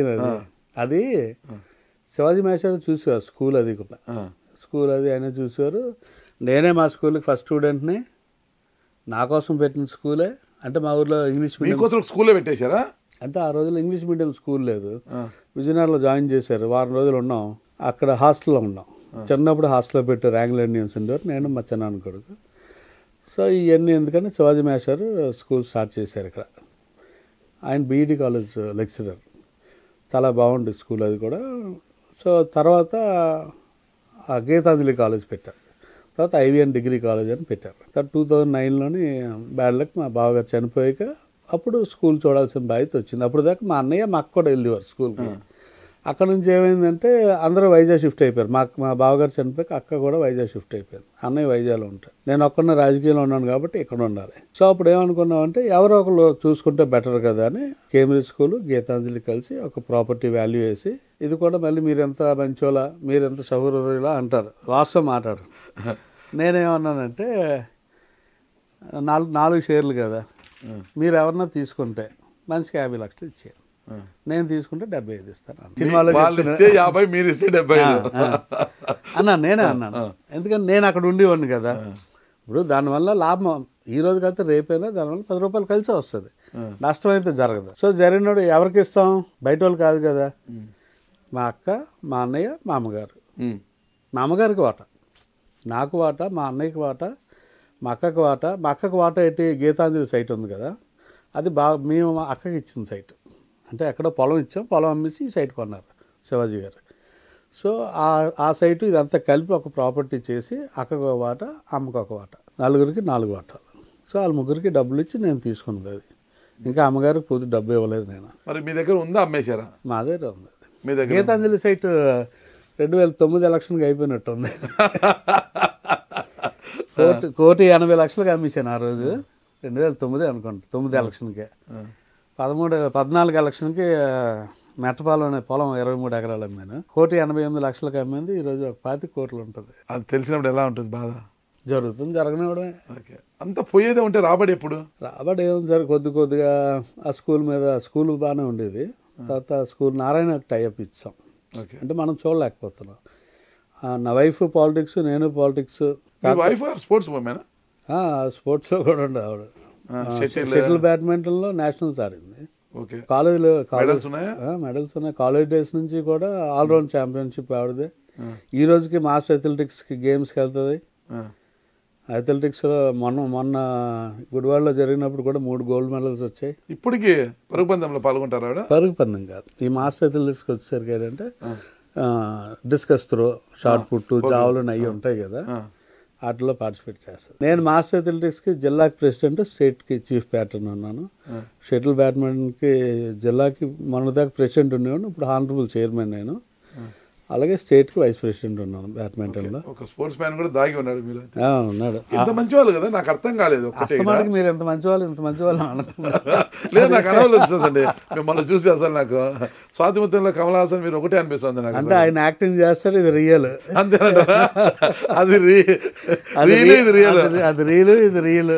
ఓకే, ఇక్కడ మళ్ళీ కళ్యాణ్ చక్రవర్తి కావచ్చు, కరి పద్మశ్రీ అనుకుంటా ఆవిడే కావచ్చు, జయమాలం వెంకటరమణ గారు కావచ్చు, పోతుల సునీత గారు కావచ్చు, రిజైన్ చేశారు పదవులకు కూడా. వాళ్ళు చేసే ఇంతవరకు యాక్సెప్ట్ చేయలేదు. కానీ మీది మాటకు ఒకటి డిస్క్వాలిఫై చేసేసారు. ఏంటి అసలుకి? వాళ్ళు మా కొద్దు బాబు అని రిజైన్ చేసినా యాక్సెప్ట్ చేయలేదు, అక్కడ చేయలేదు, మిమ్మల్ని డిస్క్వాలిఫై చేశారు. ఇది అర్థం కావడం ఈ పోలిక. మరి ఎందుకంటే మీరు సీనియర్ జర్నలిస్ట్గా ఉన్నారు, అది మీకే అర్థం కావాలి. కొన్ని మేము చెప్పకూడదు, ఇందులో కూడా చాలా విషయాలు మాట్లాడకూడదు అనుకుంటాను. కానీ నేను మార్నింగ్ కూడా అన్నాను మీతో, నాకు మాట్లాడకూడదు అనిపించిన ఏవి నేను మాట్లాడినని. కాకపోతే అందులో అబద్ధం ఉంది కాబట్టి చెప్పాను. మరి ఇందులో ఏది దాగి ఉందో తెలియదు. ఎందుకు రిజిగ్నేషన్ ఎందుకు యాక్సెప్ట్ చేయలేదు అన్నది తెలీదు. రాజకీయాలు ఉంటాయి సార్. చాలా విషయాలు చెప్పారు. ఫైనల్గా మీ యొక్క జర్నీ ఎట్టుపోతుంది, మీ భవిష్యత్ కార్యాచరణ ఏంటి? ఏం లేదు sir, sailing with the time, sailing with కార్యకర్తలతో కలిపి వెళ్ళడం, ప్రజలతో కలిసి ఉండడం ఇష్టం. భవిష్యత్తు కార్యాచరణ అంటే పార్టీ పరంగా ఏం నెక్స్ట్ ఏంటి? ఇదే పార్టీలో కొనసాగుతారు? ఈ పార్టీ మాకు వద్దు, నువ్వు నీకు మాకు పడదు, నువ్వు వెళ్ళిపో అంటే ఎటువైపు వెళ్ళే అవకాశం ఉంది? ఇంకా అటువంటి ఆలోచన రాలేదు, ఆ పరిస్థితి రాదని అనుకుంటున్నాను. వచ్చినప్పుడు నిర్ణయం ఏదో ఒకటి తప్పదు, రాజకీయాల్లో ఉండాలా. ఓకే, అంటే రెండో పని రెండో వ్యాపారం తెలియదు మనకి. ఓకే, రాజకీయమే వ్యాపారం మీకు? రాజకీయం వ్యాపారం కాదు. రెండో వ్యాపారం తెలియదన్నారు కదా, రాజకీయమే ఒక వ్యాపారం. మాకు టు బి ఫ్రాంక్ ఇంకో విషయం కూడా చెప్తాను. మీరు అన్నారు కదా, లాస్ట్లో జగన్ గారితో డిస్కషన్ మీటింగ్ జరిగింది. నేను మా జిల్లా ప్రెసిడెంట్ మా కడబండి శ్రీని గారు, రగన్న నువ్వు శ్రీనికి చేయంటే నేను చేయలేను సార్ అని కొంత డిస్కషన్ సార్తో నడిచినప్పుడు మా జిల్లా ప్రెసిడెంట్ గారు చంద్రశ్రేణి గారు అన్నారు, సార్ రఘు రాజకీయాలు ఆశ చాలా పాటు చేశారు సార్, మనం సపోర్ట్ చేయాలన్నారు. అంటే రగన్న ఏమైనా పని ఉంటే చూడు తెచ్చుకొని నేను చేసి పెడతాను అన్నారు ముఖ్యమంత్రి గారు డైరెక్ట్గా. అంటే సార్ నాకు రాదు సార్, అలాగా మీరు నాకు ప్రాజెక్ట్ ఇచ్చిన నేను చేసుకోలేను, నాకు నా రాజకీయం నా గౌరవం ఇవ్వండి చాలు, నేను మీరు అలా చెప్తే అలా చేస్తాను, అది కాకుండా మీరు నాకు ప్రాజెక్ట్ ఇచ్చిన చేయను నాకు పైరులు చేసుకోవడం రాదు సార్ అని చెప్పి వచ్చినాను నేను. ఇక అందరూ మిత్రులు అందరూ అంటారు మీరు ఎలాగైతే అన్నాళ్ళు ఎలాగైతే అన్నాలని. సరే చూద్దాం మరి, ఇదే నీతి నిజాయితీతో ఎంతకాలం రాజకీయాలు ఉన్నంతకాలం. ఒకవేళ వైఎస్ఆర్ కాంగ్రెస్ పార్టీ మిమ్మల్ని కాదనుకొని పొమ్మన్న రోజు మీ జర్నీ ఎటువైపు అనేది కూడా వేచి చూద్దాం. థ్యాంక్ యూ రఘురాజ్ గారు, నమస్తే. Thank you.